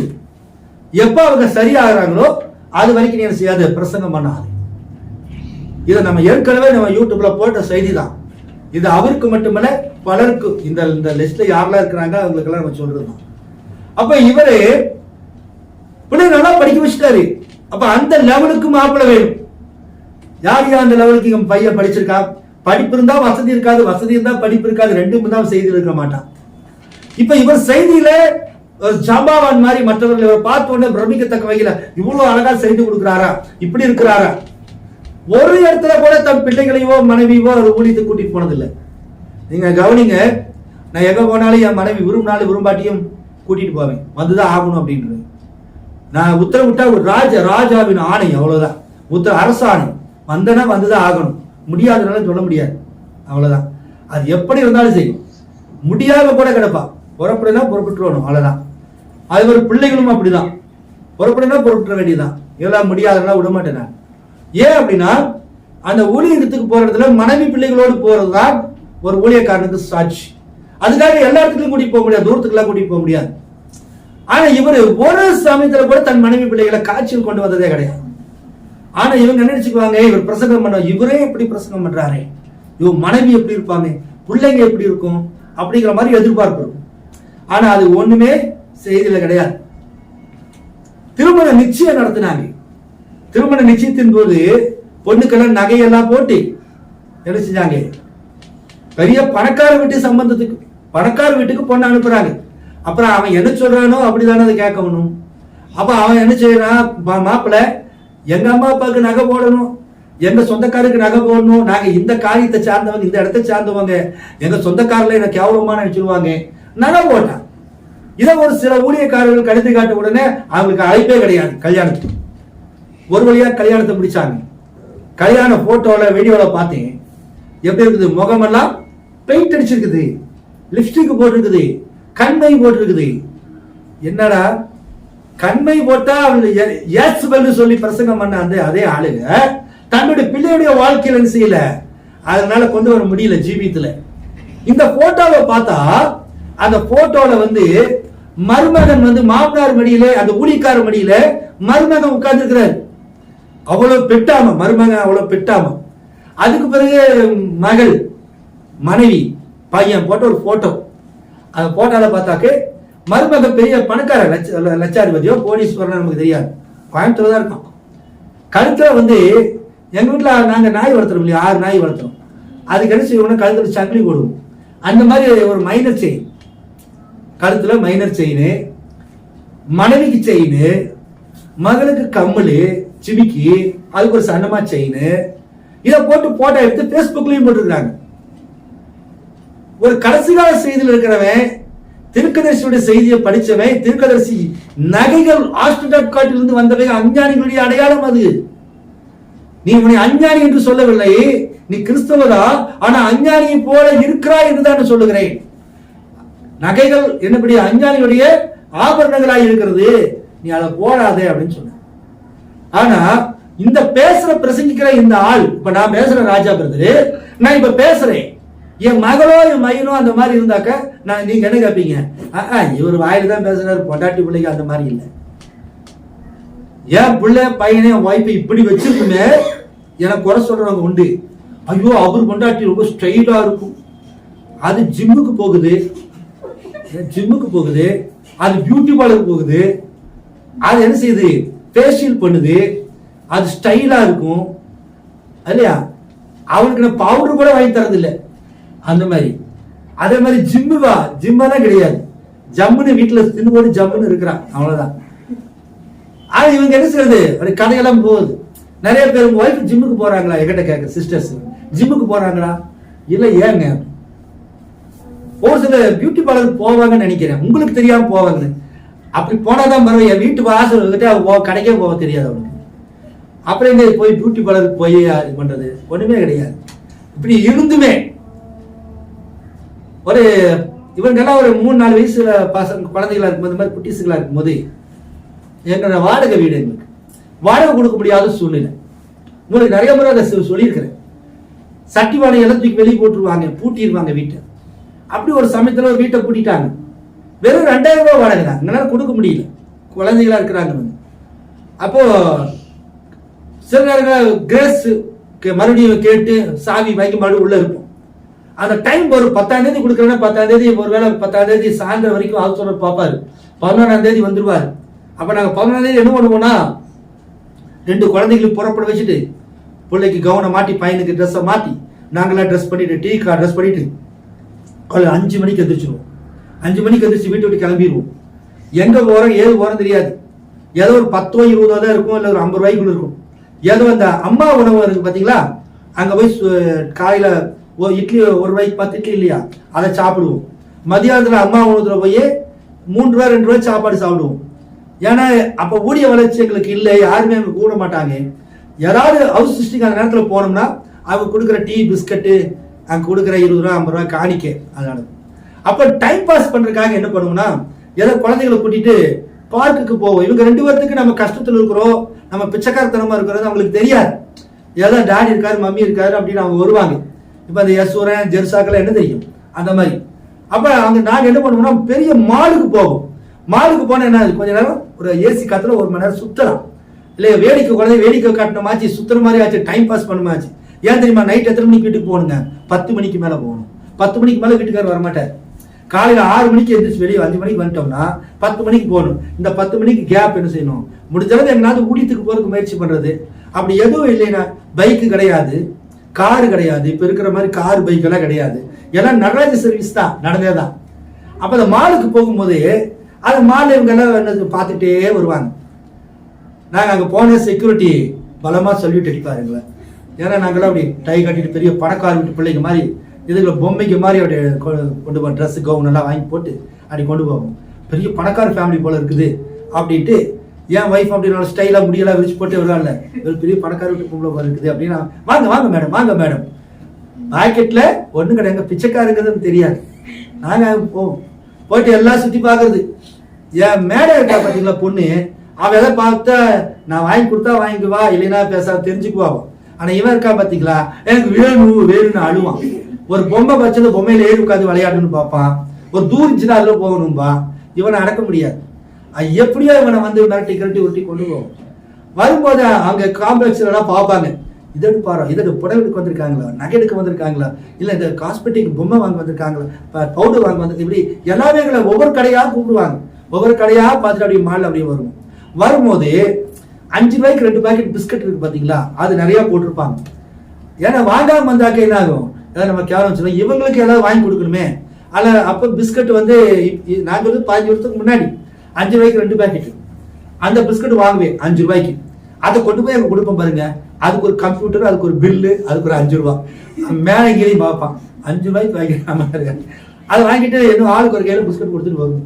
இவங்க பிஸ்கட் சாப்பிட்டு கீழே இறங்குவாங்க. செக்யூரிட்டி பஸ் சல்யூட் பண்ணீங்களா சார், கார் சாவி கொடுங்க சார், நான் கார் எடுத்துட்டு வரேன். அட பாவி, சைக்கிள் கூட இல்லாம வந்திருக்கிறேன். ஆனா அவங்க எங்களை பார்த்து எப்படி இருப்பாங்க, கார் சாவி கொடுங்க, கார் நான் எடுத்துட்டு வரேன். அப்ப அந்த தோற்றம் எப்படி இருக்குதுன்னா, ஒரு பெரிய பணக்காரங்க போல இருக்குது இல்லைங்களா. சாப்பிட கூட இல்ல, டீ குடிக்க கூட இல்ல. அந்த அந்த சூழ்நிலையில வீட்டுக்கு போது 10 மணிக்கு தான் அங்க போக முடியும். ஆனால் தேவன் எங்களை வைத்த விதமானது, அந்த தோற்றம் எப்படி இருக்குது, அந்த தோற்றமானது ஒரு கம்பீரமான தோற்றமாய், ஒரு பணக்கார தோற்றம், ஐஸ்வர்ய தோற்றம் இருக்கும். பசியா இருந்தாலும் சிரித்த முகமா தான் இருக்கும், பிரச்சனைகள் இருந்தாலும் சிரித்த முகமா தான் இருப்போம். கர்த்தருக்குள் மகிழ்ச்சியா இருப்பதே உங்கள் பலன், அவ்வளவுதான். இவங்க 2 வார்த்தையும் பசி மாதிரி நாங்க காட்டி கொடுத்ததே கிடையாது. ஏதோ ஒண்ணு அவங்களுக்கு நாங்க கொடுத்துருவோம். அவங்களுக்கு வறுமையில தான் இருந்தாங்களே தவிர, அவங்களுக்கு அந்த பசி நேரத்துக்கு அவங்களுக்கு வேணுங்கிறது போயிடும். எதுக்கு சொல்றேன் அப்படின்னா, இன்னைக்கு வரைக்கும் அந்த என் பிள்ளைக்கு வந்து சில காது குத்துல கம்மல், ஒரு சின்ன கம்மல் கூட போடுறதில்லை. இவ்வளவு வறுமையிலும் இவ்வளவு சூழ்நிலையிலும் ஒருவேளை அன்னைக்கு நான் நினைத்திருந்தால் ஸ்தாபனங்களுக்கு போயிருக்கலாம், இந்த செய்தி வேண்டாம்னு போயிருக்கலாம், இந்த செய்தி இருக்கிற வயல்களை இப்படி இருக்கானுங்க, நமக்கு சோறு கிடைக்காதுட்டு நான் உலகத்துக்கு போயிருக்கலாம். ஆனால் மனைவி பிள்ளைகளை இந்த வறுமையிலும் கூட இந்த செய்தியிலேயே தான் கொண்டு வந்தேன். கல்யாணம் பண்ணி கொடுக்கும் போது என்னுடைய மருமகன் வீட்டுல சம்பந்தி சொன்னாங்க, ஒரு சின்ன செயின் லைட்டா போட்டுக்கலாம், தாலிக்கு பதில் தாலி தான் லேசா போட்டுக்கலாம், ரொம்ப நகையாத்தான் போடக்கூடாது. அப்படின்னாக்கா எங்க பொண்ணுங்களுக்கு கூட கல்யாணமே நின்று போனாலும் பரவாயில்ல. எப்ப சொல்றாங்க? கல்யாண பேச்சுவார்த்தை முடிஞ்சதுக்கு பிறகு. ஏன்னா அப்ப நம்ம ஒன்றும் செய்ய முடியாது இல்ல, கல்யாணமே நின்னாலும் பரவாயில்ல, அதை படமாட்டோம் அப்படின்னு. Marriage token is a ring, property ரிங்க சொல்லியிருக்காரு, மோதிரம் அதுதான் போடுவோம். மோதிரம் போடாமே கல்யாணம் பண்ண மாட்டோம், தாலி கட்டி கல்யாணம் பண்ண மாட்டோம், மோதிரத்தை தான் என்ன செய்வோம், நாங்க போடுவோம். இஷ்டம் இருந்தா பொண்ணு எடுங்க. அவங்க அதை உட்பட்டு தான் எடுத்தாங்க. அப்போ கல்யாணத்துக்கு முன்னதாகவே மருமகன் வீட்டுல என்ன டிமாண்ட் வச்சாலோ நான் வார்த்தையின்படி தான் ஜீவிக்கிறேன், என்னுடைய செய்தி நான் எப்படி செய்தி கற்றுக்கொண்டனோ அதன்படியாக என் பிள்ளையை கொடுப்பேன். அப்படிதான். அதனால இன்னைக்கு நான் நிற்க முடியுது, இன்னைக்கு நான் பேச முடியுது, உங்களுக்கு நான் சாட்சியா சொல்ல முடியுதுன்னா என்ன தெரியுமா? இதெல்லாம் நின்னதுனாலதான். இல்லைன்னா எல்லாரும் ஒரு ஊழியக்காரர் நேற்றைய தினத்திலே சென்னை சூளைமேட்டில் இருக்கிற சகோதரர் ஜான் ஐசக், அவர் எல்லாத்தையுமே எல்லா ஊழியக்காரையும் குறை சொல்லுவாரு. அவர் யாரையும் விட்டு வச்சிருக்கிறாரு அப்படிமா. ஏன் நான் என்ன சொல்ல முடியுமா? அந்த மாதிரி குறை சொல்ல முடியுமா? முடியாதனால தானே மற்றவர்களை குறை சொல்றேன். வார்த்தையில பர்சனல் மேட்டர் பேச மாட்டேன். அந்தரங்க விஷயங்களை எப்படி பண்ணிட்டு போ, தேவனுக்கு ஒண்ணுக்கு உள்ளது. ஆனா வார்த்தையின்படி நீ எப்படி ஜீவிக்கணுமோ அதன்படி ஜீவி. அப்போ ஒரு மருமகனை பொண்ணுக்கு கல்யாணம் கொடுக்கறேன்னா அவன் கழுத்துல ஒரு செயினை வந்து இந்த ரவுடி பயல்களை போடுவாங்க, கையில பிரேஸ்லெட்டு, கழுத்துல செயின். அவன் உலகத்துக்குரியவன் இல்லைங்க. ஒரு அரசியல்வாதி போடுவான், ஒரு ரவுடி போடுவான், உலகத்துக்குரியவன் தன்னுடைய மேன்மையை அந்தஸ்தை காட்டுவதற்காக அவன் செயின் போடுறான், பிரேஸ்லெட் போடுறான், கையில் 4-5 மோதிரம் போடுறான், அவனுடைய பணத்து காட்டுறதுக்காக போடுறான், தன்னுடைய அந்தஸ்தை காட்டுறதுக்காக போடுறான், அவன் போடுவான். ஆனா கர்த்தருடைய பிள்ளைகள் நமக்கு அது அவசியம் இல்லை. நீ எவ்வளவு பெரிய பணக்காரனா இருந்தாலும் சரி, செய்தி என்ன சொல்லுகிறதோ, வேதம் என்ன சொல்லுகிறதோ, நகைகள் சபிக்கப்பட்டது, அதை சபிக்கப்பட்டது என்ன செய்யற, கழுத்துல போட்டு அவனை மடியில் உட்கார வச்சிருக்கிற. நீ என்ன செய்தி பேசினாலும் புத்திர சுவிகாரம் பேசினாலும் அதை வேஸ்ட் தானே. சாட்சி இல்லாத வாழ்க்கை. அதனால நான் சொல்றேன், வார்த்தை பேசினா பத்தாது, வார்த்தையின்படி ஜீவிக்கணும். நிறைய கடைசி கால செய்தி ஊழியக்காரனுக்கு என்ன பிடிக்காத காரணம் அதுதான். ஏன் இவன் இப்படி பேசுறாரு? பிரணாம சொல்றாங்க, பிரணாமே நீங்க செய்தியை மட்டும் பேசிட்டு போங்க, நீங்க வெளிப்பாடுன்னு சொன்னீங்களா, வெளிப்பாடுகளை பேசிட்டு போங்க. அவங்களே இவங்கள குறை சொல்றது, பெண்கள் குட்டப்பாவாடு போடுறாங்க, லிப்ஸ்டிக் போடுறாங்க, பவுடர் அடிக்கிறாங்க, முடி வெட்டுறாங்க, இதையெல்லாம் ஏன் சொல்றீங்க? அடுத்தவங்க குறையெல்லாம் சொல்லாதீங்க. நீங்க உங்க மெசேஜ் கொடுத்துட்டு போங்க. மற்ற சபைகளை திட்டாதீங்க, பெந்தகோஸ்தலை திட்டாதீங்க, புராட்டஸ்டன்ட்ல திட்டாதீங்க, மெத்தடிஸ்ட் பேப்டிஸ்ட்ல திட்டுறீங்க, அவையெல்லாம் வேசி மார்க்கம் திட்டுறீங்க. தேவன் உங்களுக்கு வெளிப்பாட்டை கொடுத்தாரா, அதை பேசிட்டு போங்கயா அப்படின்னு நிறைய ஊழியக்காரங்க பின்னோட்டம் பேசியிருக்கிறாங்க. அதுக்கு அவர் என்ன தெரியுமா சொன்னாரு? என்ன சொன்னாரு அவரு? ஏபிசிடி தெரியாதவங்களுக்கு நான் எப்படி அல்ஜிப்ராவை கத்துக் கொடுக்க முடியும்? ஏபிசிடியா தெரியல அவங்களுக்கு நான் மேலான காரியம் அல்ஜிப்ரா கணக்கு எப்படியா சொல்லி தர முடியும்? அப்ப முதலாவது உங்களுக்கு ஏபிசிடி சொல்ல தெரிய வேண்டியதா இருக்கிறது. அப்போ இந்த செய்தியில் இருக்கிறவங்களுக்கு முதலாவது இந்த வேதத்துடைய செய்தியுடைய ஒழுக்கத்தை கற்றுக் கொடுக்கணும். நீ எப்படி உடுத்த வேண்டும், எப்படி தலைவார வேண்டும், எப்படி முகத்தை வைத்துக் கொள்ள வேண்டும், ஏன் நகை அணியக்கூடாது, நீ எப்படி சம்மந்தம் கொள்ள வேண்டும் அப்படின்னு. நான் பிரசங்கம் பண்ணிட்டு காணாத ஒரு மாப்பிள்ளை கிடைச்சிட்டா, ஒரு கோடீஸ்வரன் கிடைச்சிட்டா, பணக்காரன் கிடைச்சிட்டான்னா என் பிள்ளைய கொண்டு போய் அவனுக்கு தார வத்தன்னா அது வந்து என்ன, அவனை கிணத்துல தள்ளி ஒரு சம் இல்லைங்களா? அப்ப தேவனுக்கு விரோதமா நீ சத்ருவா மாறிட்ட. விருத்தசேதனம் பண்ணி இருந்தீனாக்க அதை செய்வியா? விருத்தசேதனம் என்பதுன்னு தேவனோடு உடன்படிக்கை பண்றது. என்னைக்கு இந்த செய்தி ஏற்றுக்கொண்டோமோ இந்த செய்திப்படிதான் நான் ஜீவிப்பேன். அதுதான் எலிசா சொல்லுகிறான். எலியாவை பார்த்து சொல்லும் போது கர்த்தருடைய ஜீவனை கொண்டும் உம்முடைய ஜீவனை கொண்டும் சொல்லுகிறேன் இல்லைங்களா? கர்த்தருடைய ஜீவன் எது? தேவன். உம்முடைய வார்த்தை தேவனுடைய வார்த்தையின்படியாகவும், எலியாவே உம்முடைய வார்த்தையின்படியாகவும், எழுதப்பட்ட வார்த்தையிலும் உரைக்கப்பட்ட வார்த்தையும் கொண்டு நான் சொல்லுகிறேன். புரியுதா உங்களுக்கு? எலியாவுடைய செய்தி எது? உரைக்கப்பட்ட வார்த்தை, ஸ்போக்கன் வேர்ட். நம்ம நாள்ல எலியா யாருங்க? பிரானம் இல்லைங்க. அவரு வார்த்தை எழுதப்பட்ட உரைக்கப்பட்ட வார்த்தை. எழுதப்பட்ட வார்த்தை யாருடையதுங்க? தேவனுடையது. தேவனுடைய வார்த்தை கொண்டும் தீர்க்கதரிசி வார்த்தை கொண்டும் நான் சொல்லுகிறேன். அது சொல்றது யார்? எலிசா யாருங்க? மணவாட்டி. புரியுதுங்களா? அப்ப எலியாவுடைய செய்தியில நீங்க இருப்பீங்கன்னாக்கு எழுதப்பட்ட வார்த்தையும் உரைக்கப்பட்ட வார்த்தை என்ன சொல்லுதோ அதுக்கு நீங்க விருத்தசேதனம் பண்ணப்பட்டு அதுக்கு என்ன செய்யணும்? நீங்க இருக்கணும். சில சகோதரிகள் வாட்ஸ்அப்ல டிபி வைக்கிறாங்க, மகா கேவலமா வைக்கிறாங்க. தீர்க்கதரிசி சொல்றது கேக்குறாங்க. ஒரு சகோதரி கேக்குறாங்க, பிரணம்ட்டு மிக மெல்லிய ஆடை டிரான்ஸ்பரண்டா இருக்கு பாருங்க, போட்டா அந்த பாடி எல்லாம் தெரியும் பாத்தீங்களா, லேசான ஆடை கண்ணாடி மாதிரி, இந்த மாதிரி ஆடைகளை போட்டுக் கொள்ளலாம்னு ஒரு பொம்பளை கேட்கா.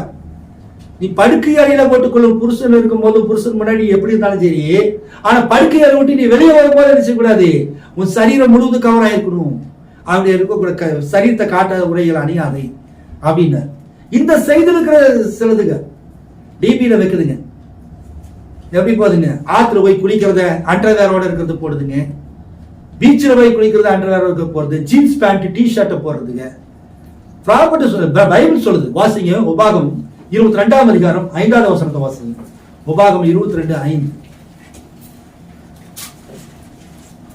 புருஷரின் உடைகளை ஸ்திரீகள் தரிக்கலாகாது, ஸ்திரீகளின் உடைகளை புருஷர்கள் தரிக்கலாகாது.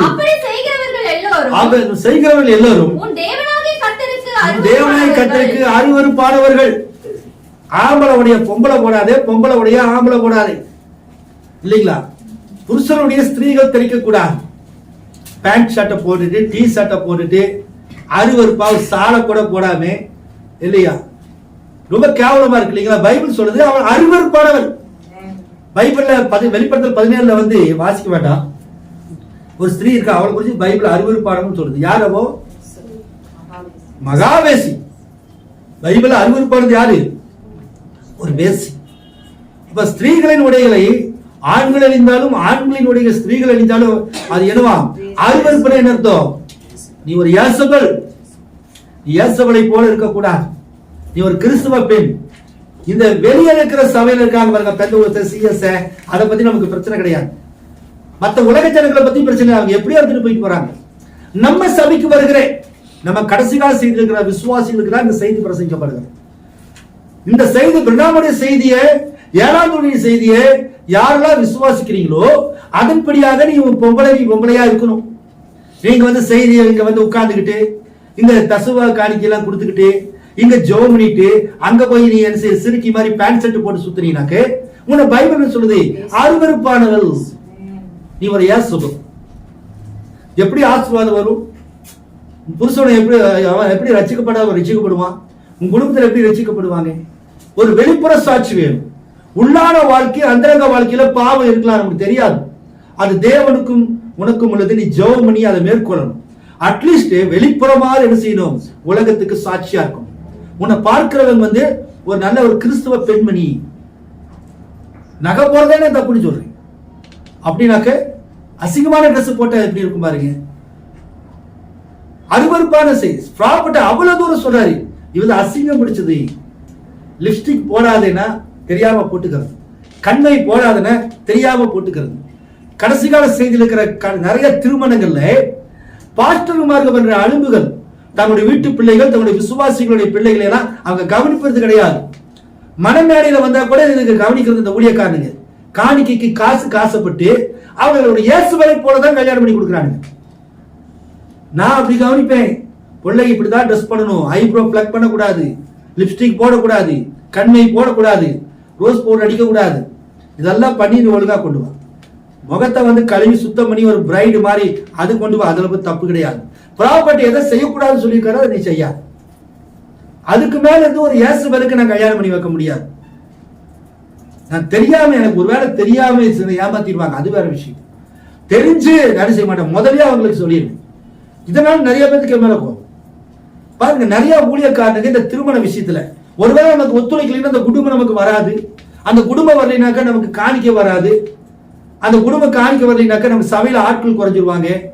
இதெல்லாம் யோசிக்கிறாங்க. அதுதான் திருக்கதி சொன்னாரு, மண்பானையில் இருக்கிற தண்ணிய குடிச்சு காஞ்ச ரொட்டி தின்னாலும் காரி நாட்களிலுக்கு நான் பிரசங்கம் பண்ணாலும் இதைத்தாயா பிரசங்கம் பண்ணுவேன். தேவன் நினைத்தால் ஒரே நாளிலே நம்மளை என்ன செய்யலாம், கோடீஸ்வரன் ஆக்கிடலாம். விசுவாசிகளை வந்து அப்படி இல்லை. விசுவாசிகள் இருந்தாலும் நான் பணக்காரன் ஆகுன்னு நான் சொல்ல முடியாது. விசுவாசிகளை வந்து நான் கேவலப்படுத்துறது கிடையாது. தேவன் கொடுக்கிற ஆத்துமா ஆடுகள் அதுக்கெல்லாம். அந்த ஆடுகளை என்ன செய்யணும், நான் சரியா போஷிக்கணும். நாளைக்கு போயிட்டு இதை அவர் சொல்லவே இல்லையே, எங்க ராஜா பாஸ்டர் சொல்லவே மாட்டார், நாங்க எப்படி வேணாலும் போவோம், எப்படி வேணாலும் வரும். அவர் அதெல்லாம் சொல்ல மாட்டாரு. வெளிப்பாடு மட்டும் பேசுவார், ஏழாவது முத்திரை பேசுவார், புத்திர சுவீகாரம் பேசுவார். அப்படின்னா அது கேவலம். நம்ம சொல்லிடுவோம். அதான் யூடியூப்ல பதிவு கேட்டு பாரியா, நான் பேசுற பேச்சு நாக்கு பிடிக்க சாவுற மாதிரி இருக்கும். அப்படி இருந்து இது கடங்காது. அதுக்கு நான் என்ன பண்ண முடியும்? ஞாயிற்று நாள்ல தேவனை செய்வாரு, அதுக்கு கொடுப்பாரு. அது நம்ம சொல்றதான் முடியும். ஏன் தம்பி முடி இப்படிதாண்டா வெட்டணும், அது கேட்கலன்னு என்ன பண்ணுவேன்? ஞாயிற்று நாள்ல கர்த்தனை பார்த்துக்குவாரு. இந்த பூமியிலேயே அவருக்கு தண்டனை கிடைக்கும். பூமியிலேயே தண்டனை கிடைக்கும். எத்தனையோ பேர் இந்த கடைசி கால செய்தியில, என்னுடைய கடந்த கால வாழ்க்கையில எனக்கு எதிர்த்தவர்கள் இந்த மாதிரியான ஒழுக்கங்களை எல்லாம் சொல்லும் போது ஊயின்னு பேசுனவங்க, விபத்துல மறிச்சிருக்காங்க, தூக்கு போட்டு செத்துருப்பாங்க, ஆக்சிடென்ட் செத்துருப்பாங்க, வியாதிப்பட்டு கடைசியில மனன் வந்து நீங்க சொன்னீங்க நான் கேட்கல அப்படி செத்து போனவங்க உண்டு. அதனாலதான் சொல்றீங்க. என் பிள்ளை எடுத்து போட்டு வந்துருக்கா ட்ரெஸ் பாருங்க, புதுசா எடுத்துட்டு வந்தான். அது நான் தான் போய் கூட என்னையும் கூட்டிட்டு போய் நான் கடைக்கு வெளியே நின்று அதை எடுத்துட்டு வந்துட்டான். அவங்க வீட்டுல ரிலேஷனுக்கு வந்து குழந்தை பிறந்திருக்குதா பாக்குறதுக்கு போயிருக்கு, இதை போட்டு போறதுக்கு. கால் வந்து உள்ள போட்டுருக்கிற சுடிதாருக்குள்ள இருக்கிற அந்த பேண்ட், அந்த டாப்பா பாட்டம் கால் லெக் வரைக்கும் வந்திருக்கு. இவங்க என்ன பண்ணிட்டாங்க, பேஷன் கொஞ்சம் தூக்கி விட்டுருக்காங்க, அந்த கால் தெரியுற மாதிரி. ஒரு ஜான் கால் தெரிஞ்சு அதுக்கு மேல இப்ப பிள்ளைகள்லாம் போடுறாங்க இல்லையா, அந்த மாதிரி. இது எனக்கு தெரியாது. எனக்கு தெரிஞ்ச சத்தம் போட்டு அவன் நினைச்சிட்டான், போயிட்டான். அங்க போனா புருஷன் என்ன பண்ணிட்டாரு, அவன் என்ன விட ஸ்கேன் பண்றேன், இத மாதிரி இதை பாரு மானம் போயிடும், வீட்டுக்கு கூட்டிட்டே போக மாட்டேன் அப்படி எப்படி அவன் சொல்லி உங்களுக்கு மூஞ்செல்லாம் அப்படி ஊதி போய் போன சந்தோஷம் எங்கேயா போய் வீட்டுக்கு வந்தான். ஏமா இப்படி மூஞ்சி இப்படி இருக்கு பூதம் மாதிரி. எங்க வீட்டுக்காரர் திட்டினார், ஏன் திட்டினாரு, இதனால அவனை திட்டு நான் நினைச்சிருப்பேன், நான் பெல்ட் எடுத்தனால பிடிச்சிருப்பேன். சொன்னது கரெக்டு தான். அது பெருசா ஒன்றும் பெருசா தப்பு பண்ணல. அவன் கொஞ்சம் ஒரு ஜான் காலை ஏத்துனதுக்கு புருஷன் என்ன செஞ்சான், அந்த மாதிரி புருஷனும் அப்படிதான் இருக்கணும், தகப்பனும் அப்படிதான் இருக்கணும். அவ்வளவுதான். அப்படின்னாக்கு நகை போட்டு கழுத்துல செயினை போட்டுக்கிட்டு கையில செயினை போட்டுக்கிட்டு மோதிரத்தை போட்டுருக்கிற மருமகன் எனக்கு வந்துருதா, நான் ஊழியம் பண்ண முடியுமா? என் பிள்ளைய இந்த அளவுக்கு வச்சிருப்பான், பரவாயில்ல சின்ன, நான் அவனுக்கு செயின் வாங்கி தரேன், மயிறு நெக்லஸ் வாங்கி தரேன், கொலுசு வாங்கி தரேன், அது வாங்கி தரேன்னாக்க என் பிள்ளைகிட்ட பழிக்காது. ஏன்னா அவர் பழக்கி வச்சிருக்கிறேன். புருஷனே வந்து எது தப்பா சொன்னாலும் செய்தி என்ன சொல்லுதோ அதன்படிதான் செய்யணும். அதனாலதான் அவன் இன்னைக்கும் என்ன செய்யறான், இந்த சபைக்கு வந்துட்டு இருக்கிறான், ராபோஜனை இங்கதான் வந்து எடுக்கிறான். புருஷனே இந்த செய்திக்கு விரோதமா எது பேசினாலும் அப்படிதான் பசங்க பிள்ளைகளை வளர்த்திருக்கிறேன். அப்படிதான் ஒரு ஊழியக்காரன் என்ன செய்யணும், தம் பிள்ளைய வந்து தகப்படி பயத்துக்கு வளர்த்தக்கூடாது. இவங்கிட்ட இருக்கிற வரைக்கும் தான், இந்த இடியமிட்டு இருக்கிற வரைக்கும் தான் அப்படின்னு சொல்லிட்டு வேற பக்கம் போயிருந்ததுக்கு பிறகு இப்ப எங்க அப்பா இல்ல, நான் கல்யாணம் பண்ணிட்டே புருஷனோட என் புருஷன்கிட்ட வந்துட்டேன், செயின் போடுறேன், கம்மல் போடுறேன், லிப்ஸ்டிக் போறேன், பியூட்டி பார்லர் போறேன்னா அப்ப நான் சரியா வளர்த்தல. நான் என்னுடைய பயத்தை கொண்டு வரக்கூடாது. கர்த்தருக்கு பயப்படுதலே ஞானத்தின் ஆரம்பம். கர்த்தருக்கு பயப்படணும். ஐயோ எங்க அப்பாவுக்கு பயப்படுறேன், என் புருஷனுக்கு பயப்படுறேன் அப்படி இல்லை, கர்த்தருக்கு பயப்படணும். அப்ப கர்த்தருடைய வார்த்தை வந்து ஊழியக்காரன் மூலமா தகப்பன் மூலமா வரும்போது அது எந்த பெண் எந்த பையன் கேட்கிறானோ அவன் நீடி ஆயுசு வருகிறான், அவன் ஆசீர்வதிக்கப்படுகிறான், அவன் ஆசீர்வதிக்கப்படுகிறான். அப்படிப்பட்டவன் தான் பிரசங்கப்படுத்துறது தைரியமா பேச முடியும். இன்றைக்கு இருக்கிற என்டைம் மெசேஜ் பாஸ்டர்ஸ் நிறைய பேரு எல்லாம் வெளிவேசம் போட்டு திரியுறாங்க. பெரிய பெரிய பாஸ்டருக்கு ரொம்ப அந்த ஒரு 10-20 பாஸ்டர் சென்றாங்கன்னா வந்தா வெட்டி பந்தா எல்லாமே டம்மி துப்ப டம்மி பீஸுகள். வார்த்தையானது எப்படி இருக்கணும், ஜீவன் உள்ளதா இருக்கும். ஒரு நாள் வாழ்ந்தாலும் தேவனோடு வாழ்ந்து மறிக்கணும். ஒரு பெண் ஒரு புருஷனை விரும்பினால்னாக்க ஒரு நாள் வாழ்ந்தாலும் அவன் கூட தான் வாழுவேன், அப்படி இல்லைன்னா செத்து போயிடுவேன் இல்லையா. கல்லானாலும் கணவன், புல்லானாலும் புருஷன்.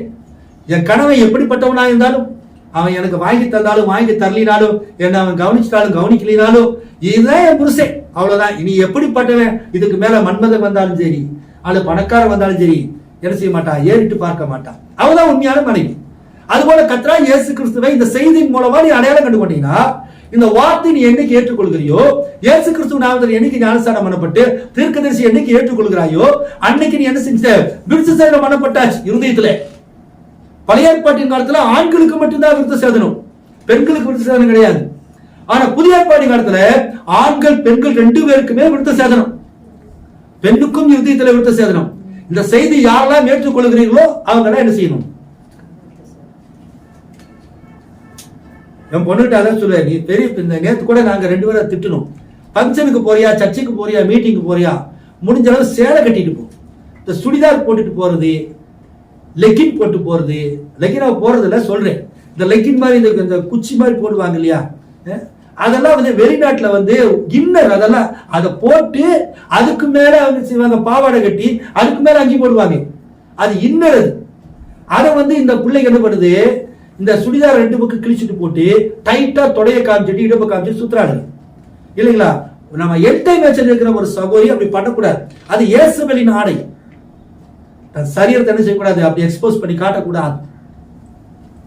முடிஞ்ச அளவு சர்ச்சுக்கு போறீங்களா, மீட்டிங் போறீங்களா, அல்லது ஏதாவது போறீங்களா, நீட்டா ஒரு சாரி கட்டிட்டு போங்க, அது ஒரு மதிப்பே வேற. சுடிதார் போட்டு போன சின்ன புள்ள மாதிரி. நீங்க என்ன நினைக்கிறீங்கன்னா, இந்த சுடிதார் மாடர்ன் ட்ரெஸ் போட்டாக்க நம்ம ஏஜ் கம்மியா காட்டுதுன்னு. மூஞ்ச பார்த்தா ஆம்பளைகளுக்கும் தெரியும், ஆம்பளைகளுக்கு இது வந்து இது இந்த வயசு இருக்குன்னு கண்டுபிடிச்சிருவான். பொம்பளைங்க அதை கூட கண்டுபிடிப்பாளுங்க, புரியுதுங்களா? என்னதான் நீ ட்ரெஸ் பண்ணிட்டு போனாலும் உனக்கு 25 வயசுனா அவங்க 30 தான் சொல்லுவாங்களே தவிர 20ன்னு சொல்லவே மாட்டாங்க பொம்பளைங்க. ஆம்பளைகளுக்கு தெரியுது 25 வயசு தெரியுது, 40 வயசு தெரியும் என்னதான் சுடிதார் போட்டாலும். ஆனா ஆம்பளைக்கு கூட தெரியுங்களா, முள்ளு மேல சேலை இருந்தாலும் கூட, ஒரு கழுகு சுடிதார் போட்டு வந்தாலும் கூட செம ஃபிகர். ஏன் சொல்லுமா, அந்த காரியம் நடக்கிற வரைக்கும் உண்மையாலுமே அழகா வந்தாலும் கூட அந்த காரியம் முடிஞ்சிருச்சுனாக்க அவன் பிச்சைக்காரி ஆயிடுவான். ஆம்பளையுடையது எண்ணம் தான். அவன் நீ ஆம்பளையில கவருக்கு நீ எப்படி இருந்தாலும் சரி, பொம்பளையில கவருக்கு எப்படி இருந்தாலும் சரி, நாகரிகமா உடுத்துறதுக்கு வேற. ஆண்களுக்கு ஒரு பார்வை இருக்குது, பார்த்த உடனே இது நல்ல குடும்ப பெண்ணப்பா, இது நல்ல ஒழுக்கமான பெண்ணு, இந்த ட்ரெஸ்ஸிங்கை வச்சு கண்டுபிடிச்சிடலாம். குடிகாரன் கூட, மோசமானவன் கூட அந்த ட்ரெஸ்ஸை பார்த்து தான் ஒரு பெண்ணை மதிப்பிடுவான். கலாட்டா பண்ணக்கூடாது, நல்ல பொண்ணு. ஆனா ட்ரெஸ் ஒரு மாதிரி வச்சுக்கோங்க, நீ எவ்வளவுதான் நல்ல பொண்ணா இருந்தாலும் கூட ட்ரெஸ்ல வந்து அடிபட்டு போயிருவீங்க. அதான் ப்ராஃபிட் சொல்றாரு, நீ ஒழுக்கமான ஆடை அணி அப்படின்ற. எங்க நாங்க முடித்துக்கு போனாலும் என் மனைவி என்ன செய்யறான், சாரி தான் கட்டிட்டு வருவான். நாங்க இந்த டூரு போறோம், ட்ரெயின்ல போறோம், இல்ல எங்களை வெளியே போடும்போது அது அப்பதான் சுடிதார் போடுவா. அதுவும் வந்து நாகரிகமான சுடிதார், லெக்கின் போட்டு போறது, உடம்பு காட்டிட்டு போறது, அதை நானே அனுமதிக்க மாட்டேன். இல்ல இது வேண்டாம். யாருக்கு இடர்ல உண்டாக்குது, பைபிள் சொல்லுது, இந்த ஒருத்தருக்கு இடர்ல உண்டாக்குவது அவன் எவனோ அவன் கழுத்துல எந்த கல்ல கட்டி கடல்ல தள்ளுவது மேல். நம்முடைய ட்ரெஸ்ஸிங் சென்ஸ் வந்து அடுத்தவங்களை இடர்ல உண்டாக்க கூடாது. நம்முடைய சரீரத்தை எக்ஸ்போஸ் காட்டி ஒரு பையனுக்கோ, ஒரு வாலிபனுக்கோ, ஒரு ஆண் மகனுக்கோ இச்சையை தூண்டக்கூடிய ஒரு பெண் அவன் கழுத்துல எந்த கல்ல கட்டி கடல்ல தள்ளுவது மேல் அப்படின்னு ஆண்டவர் சொல்றாரு. நம்முடைய ட்ரெஸ்ஸிங் சென்ஸ் வந்து அடுத்தவங்களப்பா நாம் பார்க்கும்போது சகோதரியே, சிஸ்டர் அப்படிதான், மேடம் அப்படிதான் கொடுக்கணும் தவிர ஏன் இங்க வா, ஏமா இங்க வாமா அப்படிங்கிற அளவுக்கு நடக்கக்கூடாது. அந்த அளவுக்கு இருக்கணும். அதனாலதான் ஒரு கண்ணியம். ஜுவல்ஸ் போடாம நீங்க நீட்டா ட்ரெஸ் பண்ணிட்டு நீங்க ஒரு போலீஸ் ஸ்டேஷனுக்கு போங்களேன், மேடம் ப்ளீஸ் உட்காருங்க அப்படின்னு. ஆனா ஜுவல்ஸ் எல்லாம் நீங்க அப்படிதான் போட்டு ஒரு அரைக்குறை ஆடை அடிச்சாக்க, பாப்பா இங்க உட்காரு, ஏமா இங்க வா, இல்ல அங்க சிரிக்காத, இப்படி ஓரமான இல்ல, ரெஸ்பெக்ட் இருக்கா? ஒரு போலீஸ் ஸ்டேஷன் ஆகட்டும், எந்த இடமா ஆகட்டும், கிறிஸ்தவர்கள் இவங்களை பார்த்தோன்னே கிறிஸ்தவங்க இதை செஞ்சிருக்க மாட்டாங்க அப்படிங்கிற ஒரு ஐடியா அவங்களுக்கு இருக்கும். அப்ப நம்முடைய முகத்தோற்றம் நகையா போட்டிருக்க மாட்டோம். ஆனா அவன் பார்வையில அது ஒரு அழகா இருக்கு, இது கண்ணியமான தோற்றம்ப்பா, இது இந்த தப்பு பண்ணிருக்காருப்பா. பேசுறது கூட இது பாரு, நான் அமைதியா பேசுது, பாயிண்டா பேசுது, இது பாரு கத்துன்னு கத்துது அப்படின்னு தெரிஞ்சுக்குவான். அப்ப நம்ம உடை, அது குறிப்பா ஊழியக்காரனுடைய மனைவி பிள்ளைகளுடைய உடைகள், ஊழியக்காரனுடைய மனைவிகளுடைய வாழ்க்கை முறைகள் எப்படி இருக்கணும்னாக்கே, வார்த்தையை புருஷன் பேசுகிறான், வார்த்தையை அப்பம் பேசுகிறான், அந்த வார்த்தைக்கு தகுந்தபடி அவருடைய ஜீவியம் இருக்க வேண்டும். அதுதான் கில்காலில அவன் விருத்த சேதனம் பண்ணுகிறான் வாலிப பசங்களுக்கு எல்லாம். ஏன்னா வாலிப பசங்க அதனால என்ன நினைச்சாங்க, அதை வாசிங்க விருத்தசனம் பண்ணணும்னு என்ன நினைச்சு பாருங்க. ஜனங்கள் எல்லாரும் விருத்தசேதனம் பண்ணப்பட்டு தீர்ந்த பின்பு அவர்கள் குணமாக மட்டும் தங்கள் இடத்திலே பாளையத்திலே தரித்திருந்தார்கள். குணமாகிற வரைக்கும் எத்தனை நாள் சொல்லல, எல்லாம் ஹாஸ்பிட்டல் பேஷண்ட் மாதிரி படுத்து கிடக்காங்க. வெளியே எங்கேயும் போக முடியாது. விருத்த சேதனம் பண்ணப்பட்டா என்ன செய்ய முடியாது, கில்கால் விட்டு நீங்க வெளியே போக முடியாது. நீங்கள் இந்த தேவனுடைய வார்த்தையினாலே, இந்த மணிநேரத்துக்குரிய செய்தியினாலே, தீர்க்கதரிசி செய்தியினாலே, இந்த ராஜாவின் பட்டயத்தினாலே, இந்த 7வது முத்திரையுடைய ரகசியத்தினாலே நீங்கள் விருத்த சேதனம் பண்ணப்பட்டால் இந்த பாளையத்தை விட்டு நீங்கள் வெளியே போக முடியாது. உங்களுக்கு ஒரு இந்த குணமாற வரைக்கும் என்ன குணமாகணும், உங்களுக்கு ஒரு வேதனை, ஆத்ம பாரம், ஒரு வேதனை. உலகமானது ரட்சிக்கப்படாமல் இருக்குதே, உலகமானது இப்படி இருக்குதே, உலகம் பாவத்துல போய் கொண்டிருக்கிறதே, இன்னும் நிறைய மனவாட்டிகள் வரணுமே அப்படிங்கிற இருதய பாரம், அந்த வேதனை. நீங்க தேவனுடைய வார்த்தையிலே you standing on the word, வார்த்தையிலே நிப்பீங்க. இந்த வார்த்தை விட்டு நீங்க வெளியே போக மாட்டீங்க. அதுக்காக தான் கர்த்தர் என்ன செய்யறாரு, விருத்த சேதனம் தான் இன்னைக்கு கொடுத்தாரு பழைய ஏற்பாட்டுல. அவங்களுக்கு பாளையத்தை விட்டு வெளியே போக கூடாது, நீ பாளையத்தில் இரு. அதே மாதிரி இன்னைக்கு நமக்கு என்ன செஞ்சிருக்காரு, வார்த்தை கொண்டு நீ இந்த வார்த்தையில இருந்த வார்த்தை விட்டு வெளியே போகாதே. எத்தனையோ மாணவர்கள் SLC படிக்கிற வரைக்கும், 5வது படிக்கிற வரைக்கும் கொஞ்சம் ஒழுங்கா இருப்பானுங்க. இப்ப இந்த பையன் பாருங்க, இப்ப சபையில என்ன பண்றான், ஜெபம் எல்லாம் பண்றான் இல்லைங்களா, ஜெபம் இல்ல வசனம் சொல்றான். இப்ப இவருக்கு எத்தனை 5வது 6வது எத்தனை படிக்காம 5வது, அவர் 10வது வரும்போது கொஞ்சம் மைனர் ஆவார். அவர் கொஞ்சம் கொஞ்சமா இருக்கு, கொஞ்சம் கூச்ச இதெல்லாம் வரும். அப்படின்னா இருப்பான். 12வது வந்துட்டான்னு வச்சுங்களேன், ஒரு அருமை மிஸ் வந்துடும். அப்புறம் இந்த வசனம் எல்லாம் அப்படி குறையும். அப்புறம் அவர் பாட்டு பாடுறது, கீ போடுறது அப்படிதான் வருவார். காலேஜுக்கு போயிட்டான்னு வச்சுங்களேன், சுத்தமா மறந்துடுவான். அப்படியா வசனம் நான் சொன்னேன், நான் சங்கீதே சின்ன வயசு சங்கீதம் 23 சொல்லுவீங்களடா. அப்படியா சங்கீதம் எனக்கா சங்கீதமா அப்படின்னு கேட்பேன். அதான் அப்பா அம்மா ஒழுங்கா வளர்த்தலீனா அவன் அந்த அப்படியே கொண்டு வரணும் அந்த ட்ரெயின்லயே. காலேஜுக்கு போன உடனே என்ன தெரியுமா, இங்க எல்லாம் பண்ணுவான். காலேஜுக்கு போன உடனே புத்தி மாறிடும். ஜெபம் பண்ண மாட்டான், நேரத்துல எந்திரிக்க மாட்டான், அல்லது பைபிள் படிக்க மாட்டான், செய்தியில் இருக்க மாட்டான். அவன் என்ன செய்வான், உலகத்தோடு கலந்துருவான். பசங்க வாலி பிள்ளைகளோட பசங்களோட சுத்திட்டு, பாருக்கு போயிட்டு, தண்ணி அடிச்சுட்டு, சிகரெட் குடிச்சிட்டு, வண்டியில வேகமா போயிட்டு, முடிய வந்து இப்பி விட்டுக்கிட்டு, ஜீன்ஸ் பேண்ட் அரையும் குறையுமா போட்டுக்கிட்டு, பைத்தியக்கார மாதிரி சுத்துவானுங்க. இது நிறைய ஊழியக்காரருடைய ஃபேமிலி நான் பாக்குறேன். ஆனா என் பையன் தான் காலேஜ் காமிச்சேன். 3 வருஷம் போனான். எப்படி போனாரா அப்படியே இன்னைக்கு வரைக்கும் அப்படியே இருக்கிறான். எனக்கு தெரியும் அவருக்கு போக மாட்டான் அப்படின்ட்டு. ஆனா அவன் என்ன செய்வேன், இன்னும் திடீர்தான் இருப்பேன். ஆனா மத்த பசங்களோட ஒப்பிட்டு பார்க்கும்போது அவன் சின்ன வயசுல அவன் எப்படி இருந்தானோ இன்னைக்கு வரைக்கும் அப்படிதான் இருக்கான். அப்போ அதை என்ன செய்யணும், தாய் தகப்பனுடைய வளர்ப்பும் அதுல இருக்குது. அப்ப விசுவாசிகளுக்கு அப்படி சொன்னா, அப்ப ஊழியக்கார மையம் எப்படி இருக்கணும், அந்த பையனும் பொண்ணு அப்படி இல்லைனாக்க ஊழியம் செய்ய முடியாது. இன்னைக்கு நிறைய ஊழியக்காரர்கள் வந்து ஜாதிக்காக என்ன செய்யறான், சொந்த ஜனத்துல என்னுடைய ஜாதி அப்படின்னா அதுக்கு பொண்ணு கொடுத்தாரான். ஜாதி மாத்தி கல்யாணம் பண்றதுக்கு செய்தியில வந்தாலும் அவனுக்கு வந்து என்ன இல்ல ஒத்துக்கிறதுல. ஐயோ இது எப்படி நம்ம இந்த ஜாதியை வந்துட்டு எப்படி இந்த ஜாதியில கொடுக்கறது, ஐயோ வார்த்தையெல்லாம் உரமா வையா, ஜாதி தான் நமக்கு முக்கியம். ரட்சிக்கப்படாதவனா இருந்தாலும் பரவாயில்ல, அவன் செய்தி இல்லாட்டியும் பரவாயில்ல, தன் பிள்ளைகளை கொடுத்துட்டு கஷ்டப்படுற ஊழியக்காரன் இன்னைக்கு உண்டு. கல்யாணம் முடிஞ்சா வீட்டுக்கு போய் அடுத்த நிமிஷம் நகையெல்லாம் போட்டுட்டு என்ன செய்யறான், வீட்டுக்கு மறுமூச்சு கூட்டிட்டு வரான் இல்லையா. ஒரு பாஸ்டர் பொண்ணு கல்யாணம் பண்ணி கொடுத்தாரு.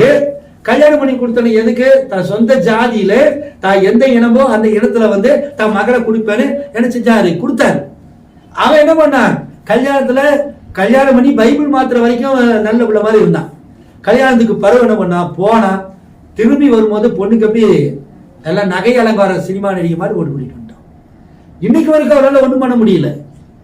ஏன், நீ வந்து பிள்ளைக்கு எதுக்கு ஆசைப்பட்ட, பணத்துக்கு ஆசைப்படுற, பொருளுக்கு ஆசைப்படுற, வேலைக்கு ஆசைப்படுற, இடத்துக்கு ஆசைப்படுற, அல்ல ஜாதிக்கு ஆசைப்படுற. மருமக வரணும், நல்லா சம்பாதிக்கணும், சபையில கஷ்டப்பட்டு நல்லா உண்மையா இருக்கிற பையன் இருப்பான், செய்தியில் இருக்கிற பையன், அவனுக்கு பொண்ணு கொடுக்க மாட்டான்.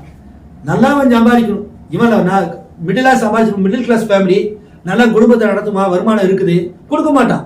ஏன், இவன் நம்ம ஜாதி இல்லை. அது சபையில் இருக்கிற விசுவாசி பொண்ணை எடுக்க மாட்டான், வேற எங்கேயாவது போய் எடுத்துட்டு வருவான். நகை நிறைய கொடுக்கணும், பணம் நிறைய கொடுக்கணும், அப்படி இப்படின்ட்டு எடுத்துட்டு வருவான். கடைசியில பாத்தீங்கன்னா செய்திக்கு விரோதமாய், கடைசி கால செய்தி சபையை தான் சொல்றேன், ஸ்தாபனங்கள் எல்லாம் என்னைக்கோ நாசமா போயிடுச்சு, திருத்துவ சபைகள் எல்லாம் விழுந்து போயிடுச்சு. இனி நம்ம ஸ்தாபனத்தை போய் செத்தமா அழிக்க முடியாது. நிறைய பேர் என் டைம்ல என்ன கேட்கறாங்க, ஏன் ராஜா வந்து நம்மளையே திட்டிட்டு கிடக்கான், ஸ்தாபனத்துல போய் திட்ட வேண்டியதானே, ஸ்தாபனத்துக்கு ஆத்மாக்களை கொண்டு வர வேண்டியதானே, ஸ்தாபனத்துக்கு செய்தி அங்க செய்தி சொல்லி ஆத்மாக்கள் கொண்டு வர வேண்டியதானே, ஸ்தாபனத்துக்கான இத்தனை பாவம் செய்யறானே, ஏன் அவர் சொல்ல மாட்டேங்கிறாரு? அதையும் தான் சொல்லிட்டு இருக்கிறேன். பிரணாம் சொல்றாரு, ஒரு பக்கம் நான் ஸ்தாபனங்களை கடந்து கொள்கிறேன், இன்னொரு பக்கம் நான் மனவாட்டி என்ன செய்ய பேக்கெட் பண்றேன் அப்படின்னு. அது மாதிரிதான் நம்ம ஊழியம். ஒரு பக்கம் நம்ம ஸ்தாபனத்தை திட்டிட்டு தான் இருக்கிறோம், அதே சமயத்தில் நீங்க மனவாட்டி சபையில் இருக்கிற இந்த காரியங்களை சொல்றது நம்ம வேலை தானே. ஸ்தாபனத்தை போய் நீ சொல்றதுக்கு என்ன இருக்கு? அந்த பாம்பு செத்து போச்சு, அந்த செத்து போன போய் அடிச்சுட்டே இருக்க முடியுமா? அவன் என்னைக்கு திருத்துவத்தை ஏற்றுக்கொண்டானோ, ஆண்டவர் மறுதளிச்சானோ, தீர்க்கதரிசி மறுதளிச்சானோ, இப்ப அவன் நம்ம சண்டைக்கே வர்றதில்ல. அவன் எதுவுமே இயேசு வந்து மணிக்கு போறான்டா, அவன் ஒண்ணு வராதிங்கன்றான். நம்மகிட்ட வரது கிடையாது. ஆனா 20 வருஷத்துக்கு முன்னாடி இருக்கிற பெந்தகோஸ்து சபை காட்டிலும் ரொம்ப மோசமா போயிடுச்சு. இதெல்லாம் நகை போட்டு சினிமாக்காரிங்க மாதிரி உடை அணிஞ்சு அவங்க என்னைக்கு டிவியில வந்துச்சுங்களோ சினிமாக்காரிங்க மாதிரி இருக்கிற பெந்தகோஸ்து சிபிஎம் விசுவாசிகள் கூட மிகப்பெரிய ஊழியக்காரனுடைய பிள்ளைங்க எல்லாம் இப்படி இருக்குதே. அப்ப அவங்க கத்திர அவங்க ஆசீர்வதிக்காம இப்படி வந்துட்டாங்க அப்படின்னு இவங்க நினைச்சிட்டாங்க. நகைகள் போட ஆரம்பிச்சிட்டாங்க, மேக்கப் போட ஆரம்பிச்சிட்டாங்க, அசிங்கமான ட்ரெஸ் போட ஆரம்பிச்சிட்டாங்க, ஜீன்ஸ் பேண்ட் போட்டு சுத்துதுங்க. பாஸ்ட் பிள்ளைங்க கேவலமா இருக்குது இல்லையா? ஒரு சினிமாக்காரி மாதிரி ஜீன்ஸ் பேண்ட் போட்டு சுத்துதுங்க. ஸ்தாபனத்துல, திருத்துவ ஸ்தாபனத்துல அது விழுந்துருச்சு, அது கூடாரம் விழுந்து போச்சு, செத்து போச்சு. அதை போய் நம்ம என்ன செய்ய முடியாது, இனி அவ்வளவுதான். ஆனா நீ மனவாட்டிங்கிறிய, செய்தியில் இருக்கிறங்கிறிய, உனக்கு தான் இந்த செய்தி கொடுக்க முடியும் இல்லைங்களா? நீ சொல்லாம இருந்தா அவன் சொல்றான், நான் ஜீன்ஸ் பேண்ட் போடுவியா, தப்பு கிடையாது, என் புள்ள போடுவாயா. அவன் ஒரு பாய் ஃப்ரெண்டு கூட என்ன 10 பாய் ஃப்ரெண்டு கூட சுத்துவா, ஆண்டவர் மன்னிப்பார். அவனுக்கு தேவை என்ன தெரியுமா? சபையில வந்து நல்லா பாட்டு பாடி அன்னி பாசுல நிரம்பி டான்ஸ் ஆடுனாக்க தேவனின் மகனோடு இருக்கிறார், தேவன் மகனோடு இருக்கிறார். நீங்க உருவத்தை பார்க்காதீங்க, அவன் முடி பேய் மாதிரி வச்சிருக்கான்னு பார்க்காதீங்க, என் புள்ள வந்து குட்டப்பாவாடை போட்டிருக்கான்னு பார்க்காதீங்க, அவன் வந்து லிப்ஸ்டிக் போட்டிருக்கான்னு பார்க்காதீங்க. பரிசுத்தாவியில இருக்கிறா, அவன் பைபிள் காலேஜ் முடிச்சிருக்கிறா, அந்நிய பாஷை பேசுறா, தீர்க்கதரிசனம் சொல்றா, எங்க பாஸ்டர் வந்து அவர் மேல தலை மேல கை வச்சு ஜெபம் பண்ணாரு, அந்நிய பாஷையில நிரம்புனா அப்படின்னு அவன் சொல்லிக்கிறான். அது பேயின்னு நமக்கு தெரியும் இல்லைங்களா? ஆனா என் டைம் ஒரு தீர்க்கதரிசி, மகதான தீர்க்கதரிசி, அவர் எப்படி பிரசங்கித்தாரோ அதை வாழ்ந்து காண்பித்தார். அப்படிப்பட்ட ஒரு தீர்க்கதரிசியை நீ ரெப்ரசன்டேட்டிவ் பண்ணி அந்த செய்தியில் இருக்கிற நீ உன்னுடைய வாழ்க்கை நீ எப்படி அமைத்துக் கொள்ள வேண்டும், உன் பிள்ளைகளை எப்படி வளர்த்தணும். அப்ப கில்காலிலே இந்த விஷயத்தை யோசுவா பார்த்தார். கீழ்ப்படியாமையினாலே விருத்தசேதனம் கொடுக்கப்பட்டது. இன்றைக்கும் நாம் கீழ்ப்படியாம இருந்ததுனால்தான் தேவன் இன்னைக்கு என்ன செஞ்சாரு, கருகலான சத்தியத்தின் மூலமாக நமக்கு என்ன செய்யறாரு, விருத்தசேதனம் செய்கிறார். இந்த விருத்தசேதனத்தை செஞ்சவன் எல்லாம் எப்படி இருப்பான் தெரியுமா? தேவனோடு என்ன செய்வான், ஒன்று திருப்பான். கொஞ்சம் நகர்ந்தாலும் பெயின் எடுக்கும், வலிக்கும். அப்ப தேவனை நினைப்பான், சாக வரைக்கும் அவன் நினைப்பான். அவன் கட்ட மண்ணுல போற வரைக்கும் தினமும் அவன் பார்க்கணும் பாருங்க, அது நினைவு. ஒவ்வொரு நாளும் இந்த வார்த்தையான இருதயத்தில் நமக்குள்ள இருக்கணும், ஸ்போக்கன் வேர்ட். அப்போ இதுதான் நமக்கு எப்படி இருக்கு, தடியும் கோடுமாக நம்மளை நடத்துது வார்த்தை, இந்த ஸ்போக்கன் வேர்டு. பைபிள நேரடியா இல்ல, சிகரெட் குடிக்க கூடாது நேரடியா இல்ல, நீ கண்மை போடக்கூடாது நேரடியா இல்ல, லிப்ஸ்டிக் போடக்கூடாது நேரடியாக இல்ல, ஜீன்ஸ் பேண்ட் போடக்கூடாது நேரடியா இல்ல. அதனால தேவன் செஞ்சாரு, இந்த காலத்துக்கு ஏற்ற ஒரு தீர்க்கதரிசி அனுப்பி இன்னைக்கு என்னடா பாவம் கரண்ட்ல, இன்னைக்கு என்ன பாவம் இருக்குது, அந்த பாவத்தை சுட்டி காண்பித்தார். அதான் ஸ்போக்கன் வேர்ட். இந்த செய்தி எடுத்து கொடுக்கிற, பேசுற, புக்கை பிரிண்ட் பண்ற, மத்தவனுக்கு கொடுக்கிற, காசு கொடுக்கிற, ஏன் இப்படி ஜீவிக்க மாட்டேங்கிற? வார்த்தை பேசுறதோடு சரி, பிரசங்கப்படுத்துறது பேசுறாங்க, அவங்க குடும்பத்துல கிடையாது. பிரதர், நம்ம கட்டாயப்படுத்தி பிள்ளையை கொண்டு வரக்கூடாது பிரதர், கட்டாயப்படுத்தி ஒரு பெண்ணையோ ஒரு பையனையோ வந்து நகை எடுக்க சொல்லக்கூடாது. இன்னும் கட்டாயப்படுத்தி யாரும் பிரசங்கம் பண்ண சொல்லல. நீ பிரசங்கம் பண்ணாதே, விசுவாசியா இரு. பிரசங்கம் பண்ற, அதாவது பிரசங்கம் பண்றவனுக்கு தான் என்ன சொல்றேன், விசுவாசியா இருந்தா இன்னைக்கு இல்லைன்னா நாளைக்கு நீ மாற போறேன். செயின் போட்டே ஆவேன் அப்படின்னாக்க நாளைக்கு இந்த கழுத்துல புண்ணு வந்துருச்சுன்னா என்ன எப்படி போடுவேன்? தங்கம் போட்டாலே உனக்கு உடம்புல அரிப்பு வந்துடும், பிப்பு வந்துடும் டாக்டர் சொல்லிட்டார். நகை போடக்கூடாதுனாக்க எப்படி போடுவீங்க? கம்மல் போடுற இடத்துல இங்க புண்ணு வந்துருச்சுன்னு வைங்களேன், நல்லாவே ஆகாது, எப்படி போடுவீங்க கம்மல்? நீ உண்மையான விசுவாசியா இருந்து உண்மையான தேவனுடைய வார்த்தை ஏற்றுக்கொள்ளதா இருந்தா கர்த்தர் உங்களுக்கு அனுமதிப்பார். புண்ணு வரும், கொப்பளம் வரும், அதை எடுக்கிறதுக்காக. இல்லைன்னா அதுக்கு முன்னாடி எடுத்துடணும். எனக்கு ஒண்ணுமே ஆகலையே, அப்ப எனக்கு போறது கரெக்ட் தானே அப்படின்னாக்கா நீங்க வித்து கிடையாது. இங்க இருக்கிற 4 பசங்க இருக்காங்கன்னா 4 பசங்கள்ல 4 பேர் தப்பு பண்றாங்கன்னா நான் யாரை முதல்ல திட்டுவேன்? யாரை முதல்ல திட்டுவேன்? என் பையனை தான் திட்டுவேன். மடையா வாடா அப்படின்னு சொல்லி அவனை திட்டம். ஏன் தெரியுமா? அவன் எனக்கு பிறந்தவன். 4 பேர்த்த அவன் யாருக்கோ பிறந்தவன். அவன் நான் கேட்க மாட்டேன். நீ ஏன்டா இங்க வாடா, என்ன பண்ணிட்டு இருந்தேன் அப்படின்னு. அவன் ஏன் அடிக்கிறேன்? அவன் எனக்கு பிறந்தவன். அப்போ தேவன் சிச்சிக்காத மனுஷன் உண்டோ? தேவன் உங்களை சிச்சிக்கலினாக்கு நீங்க தேவனுடைய பிள்ளையா இல்லாதபடிக்கு நீங்க யாரு வேசின் பிள்ளைகளா இருப்பீர்களே. அப்போ நீங்க என்ன தப்பு பண்ணாலும் ஆண்டவர் இன்னும் உங்களை மன்னிக்காம தண்டிக்காம இருக்கிறாருன்னு என்ன அர்த்தம்? நீங்க தேவனுடைய பிள்ளை இல்லை. வெக்கப்படுங்க அதுக்காக. அப்போ ஆண்டவர் வந்து செய்திக்கு வந்தாச்சுனாக்க எதையெல்லாம் விருத்த சேதனம் செய்யணும். உலகத்தின் காரியங்களுக்கு நீங்க மறிக்கணும், சொந்த பந்தங்களுக்கு மறிக்கணும். ஞாயிற்றுக்கிழமை ஆச்சுன்னா ஏதோ பங்கன் உங்க வீட்டுல எது நடந்தாலும் சரி, தேவனுடைய வார்த்தைக்கு சபைக்கு நான் வரணும். அதுக்கு பிறகுதான் மத்ததெல்லாம் தூக்கி போட்டுறணும். சபைக்கு வராம அதுங்களுக்கு ஓடுறது ஒடியாடுறது, இன்னும் உலகத்தை நோக்கி நீங்க போறீங்க. ஒரு இஸ்ரவேலன் விருத்தசேதனம் பண்ணப்பட்டாச்சுன்னா அந்த தேசத்தை விட்டு கில்காலை விட்டா வெளியே போகல, பாளையத்துக்குள்ளாக இருந்தான். அது போல நீங்க விருத்தசேதனம் பண்ணப்பட்டு செய்திருந்தீங்கன்னாக்க எக்காரணத்தை கொண்டு நீங்க என்ன செய்ய மாட்டீங்க? வார்த்தை விட்டு போக மாட்டீங்க. ஞாயிற்றுக்கிழமை கர்த்தருடைய நாள். என்ன நடந்தாலும் என்ன செய்வேன்? அந்த நாள்ல நான் கண்டிப்பா என் சபையில் இருப்பேன். ஒருவேளை சபை கூடுதல் இல்ல, நான் இருக்கிற சபை இல்ல அப்படின்னாக்க நான் என்ன செய்வேன்? எங்களால போவேன். யாராவது கூட்டாங்க சொல்லணும். ஞாயிற்றுக்கிழமை மட்டும் தயவு செஞ்சு கூப்பிடாதீங்க. இந்த சபை இருக்கு, அவங்க பார்ப்பாங்க. ஒரு டைம் பார்ப்பாங்க, 2 டைம் பார்ப்பாங்க. ஐயோ என் பையன், ஐயோ அந்த புள்ள, அவங்க ஞாயிற்றுக்கிழமை கரெக்டா போயிடுவோம். ஞாயிற்றுக்கிழமை ஐயோ அவ்வளவு விசுவாசங்க என் பிள்ளைக்கு, அவ்வளவு விசுவாசங்க பையனுக்கு, அவங்க பெருமைப்படுவாங்க. ஆனா நீங்க போயிட்டீங்கன்னு வச்சுக்கல, இது 2 வாரம் போக 2 வாரம் போகாது அப்படின்னு உங்க மேல ஒரு அசட்டை வந்து. எப்படிப்பட்ட வேலையா இருந்தாலும் லட்சக்கணக்கான வருமானம் வந்தாலும் சரி, ஞாயிற்றுக்கிழமை லீவு கிடைக்கலையா அந்த வேலைக்கு போகாதீங்க. அப்படிப்பட்ட வேலை வேண்டாம். ஞாயிற்றுக்கிழமை கர்த்தருடைய நாள், அது கர்த்தருக்கென்று நான் என்ன செய்யறேன்? நியமிக்கிறேன். அந்த நாள்ல வந்து என்ன செய்ய மாட்டேன்? எனக்கு ₹1,00,000 கொடுத்தாலும் நான் வரமாட்டேன். நான் இந்த ஊழியத்துக்கு வர ஒரு அதாவது வந்து சில நாட்கள்ல வந்து பெயிண்டிங் கான்ட்ராக்ட் எடுத்து செஞ்சுட்டு இருந்தேன். பெரிய பெரிய பில்டிங் எடுத்து பெயிண்டிங் கான்ட்ராக்ட் எடுத்து செஞ்சுட்டு இருந்தேன். அப்போ இங்க கோயம்புத்தூர்ல ஸ்ரீதேவி டெக்ஸ்டைல்ஸ் வந்து எனக்கு ஒரு ஆர்டர் கொடுத்தாங்க. அந்த ஆர்டர் கொடுக்கும்போது அந்த மேனேஜர் பார்த்து ரொம்ப சந்தோஷப்பட்டு, நல்லா ஒர்க் பண்றீங்க, உங்களுக்கு ஒரு வேலை தரேன். அப்ப நான் அவர்கிட்ட பாஸ்ட்னு தெரியாதவருக்கு, நல்லா ஒர்க் பண்றீங்க, இன்னொரு வேலை தரேன், அது ஒரு ₹1,50,000 வரும். எப்போ நான் சொல்ல ஒரு 10-15 ஆண்டுகளுக்கு முன்னதாக சொல்றேன், ₹1,50,000 வரும். அதை நீங்க செய்றீங்களா? இது முடிச்சுட்டு அதை செய்யுங்க, ஃப்ரெண்டு தான், உங்களை நான் ரெக்கமெண்ட் பண்றேன் அப்படின்னா. என்ன வேலை சார் அது? ஒயின் ஷாப்புக்கு வந்து பெயிண்ட் அடிக்கணும் அப்படின்னா. அவன் நான் சொன்னேன், ₹1,00,000 இல்ல ₹10,00,000 கொடுத்தாலும் நான் செய்ய மாட்டேன். என் மனைவி தான் கூட இருந்தா, அது செய்ய மாட்டேன். ஏன் அப்படின்னாரு. நான் ஒரு பாஸ்டர், நான் ஒரு கிறிஸ்டியன் அப்படின்னு. ஓ நீங்க கிறிஸ்டியனா? ஓகே ஓகே ஓகே, சாரி அப்படின்ட்டாரு. உடனே மன்னிப்பு கேட்டார். அப்ப பாருங்க, ஒரு இந்து கூட ஒரு கிறிஸ்துவ மேல எவ்வளவு மரியாதை வச்சிருக்கான். ஆனா அந்த ஒயின் ஷாப்ல போய் பணம் வருதுன்னு செஞ்சிருந்தேன்னா, இவனுக்கு எல்லாம் எடுத்த பணத்துக்காக என்ன வேணா பண்ணுவானுங்கடா அப்படின்னு. ஆனா பாருங்க, அந்த ₹1,00,000 வேலை வந்து நான் அவாய்ட் பண்ணினேன். அது ஒரு கர்த்தர் எனக்கு வேற ஒரு பக்கம் ₹5,00,000 கொடுத்தார். அவங்களே என்ன மதிச்சாங்க. பரவாயில்ல, நீங்க உண்மையா செய்றீங்க, கரெக்டா பர்ஃபெக்டா செய்றீங்க, நீங்க கிறிஸ்டியன். நம்ம கிறிஸ்துவங்கிற சாட்சி நம்ம என்ன செய்யணும்? நம்ம வேலை செய்யற இடத்துல பாதுகாத்துக்கணும். ஞாயிற்றுக்கிழமையில ஊரை சுத்துறது, அல்ல சொந்தக்கார வீட்டுக்கு போறது, ஆட்டுக்குட்டி வீட்டுக்கு போறது, அங்க விருந்துல கலந்துக்கிறது, அதெல்லாம் எப்படி? நம்ம வார்த்தையை விட்டு நம்ம விருத்தசேதனம் பண்ணப்படவில்லை. நீங்க தேவனால நீங்கள் என்ன செய்யணும்? விருத்தசேதனம் பண்ணப்படணும். அப்போ அதோடைய டேஸ்டே வித்தியாசம். நீங்க பாளையத்துக்குள்ள இருந்தீங்கன்னாக்கே தேவன் உங்களை அக்னி ஸ்தம்பத்தினாலும் மேக ஸ்தம்பத்தினாலும் மகிமைப்படுத்துவார். நீங்க தொட்டது தொடங்கும். உங்களை கைகளில் பிரயாச தேவன் ஆசீர்வதிப்பாரு, வருமானங்களை ஆசீர்வதிப்பாரு, எல்லாத்தையும் கர்த்தர் உங்களை எங்கேயோ ஒரு டாப்ல எழுதிடுவார். ஆனா அந்த நேரத்துல அந்த புண்ணாடுற வரைக்கும் எப்படி இருக்கும்? வலி இருக்கும், கஷ்டமா தான் இருக்கும். பைபிள் சொல்றது இல்லையா? குணமாகும் வரைக்கும் அவங்க இருந்தாங்க, கீழ்கால பாளையத்தில் இருந்தாங்க. குணமானதுக்கு பிறகு அவங்க ரொம்ப சந்தோஷம், ஹாப்பி ஆயிட்டாங்க.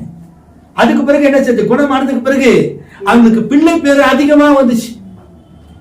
விருத்தசேதனம் எதுக்கு? பிள்ளை பேர் அதிகமா வர்றதுக்குதான், இல்லைங்களா? அப்ப அவங்களுக்கு சந்தோஷமாயிருச்சு. அந்த நேரத்துல அவங்களுக்கு கஷ்டம். ஆனா அதுக்கு பிறகு அவங்க கல்யாணம் பண்ணதுக்கு பிறகு அந்த மனைவியை சந்தோஷப்படுத்தி அதுக்கு பிறகு பிள்ளைகள் வரும்போது அப்ப அவங்களுக்கு இருந்த ஆனந்தம் பாத்தீங்களா? ஓ, தேவன் இதனாலதான் விருத்தசேதனம் பண்ண சொன்னாரா? இதனாலதான் உடன்படிக்கை பண்ண சொன்னாரா? உன் சந்ததியை வானத்தை போலவும் கடற்கரை மணலை போலவும் வானத்தில் இருக்கிற நட்சத்திரங்களை போல செய்வேன், வசிக்கப்படுவேன். ஆபிரகாமுக்கு சொன்னார், நடந்துச்சா இல்லையா? அப்ப அவருடைய பிள்ளைகளுக்கு அது நடந்துச்சு. அதே தேவன் பிரணாமுக்கு சொன்ன அதே வாக்குத்தத்தம் இன்னைக்கு நமக்குள்ள நிறைவேறும். நம்ம என்ன செய்யறோமோ கர்த்தர் ஆசீர்வதிப்பார். ஆனா அந்த கடைசி கால செய்தி வார்த்தைக்குள்ள வந்து கொஞ்ச காலம் கஷ்டமா தான் இருக்கும், கொஞ்ச நாள் பிரச்சனையா தான் இருக்கும். ஆனா நீங்க அதுக்குள்ள வந்து அந்த காய ஆறுற வரைக்கும், குணமாகிற வரைக்கும் நீங்க கஷ்டப்பட்டு இருந்தீங்கன்னாக்க தேவன் டாப்ல கொண்டு போயிடுவார். நாங்களாம் அப்படி இருந்து வந்தவங்க தான், கஷ்டப்பட்டு வந்தவங்க தான். சாப்பாட்டுக்கு இல்லாம, போட்டுக்கிறதுக்கு செருப்பு இல்லாம, ட்ரெஸ் இல்லாம, தலைக்கு தைக்கிறதுக்கு எண்ணெய் இல்லாம, முடி வெட்டுறதுக்கு காசு இல்லாம, அப்படியெல்லாம் கஷ்டப்பட்டு நிந்தை, அவமானம், கேவலமான பேச்சுக்கள், எத்தனையோ காதுபட கேவலமான வார்த்தைகள்லாம் கேட்டு அதன்படி இருந்துதான் இந்த செய்தியில என்ன செஞ்சோம், செத்தாலும் மரித்தாலும், வாழ்ந்தாலும் உம்மோடுதான், மரித்தாலும் உம்மோடுதான் அப்படின்னு நினைச்சோம் வந்தோம். அதனால நீங்க ஸ்டாண்ட் பண்ணி நிக்கிறோம். அதனால உங்களுக்கு எல்லாம் பிரசங்கிக்க முடியுது. அடுத்தபடி அங்கே இன்னொரு காரியத்தை பார்க்க போகிறோம். அடுத்தது எங்கீங்க, கில்கால் இருந்து அவங்க எங்க வராங்க, பெத்தேல்.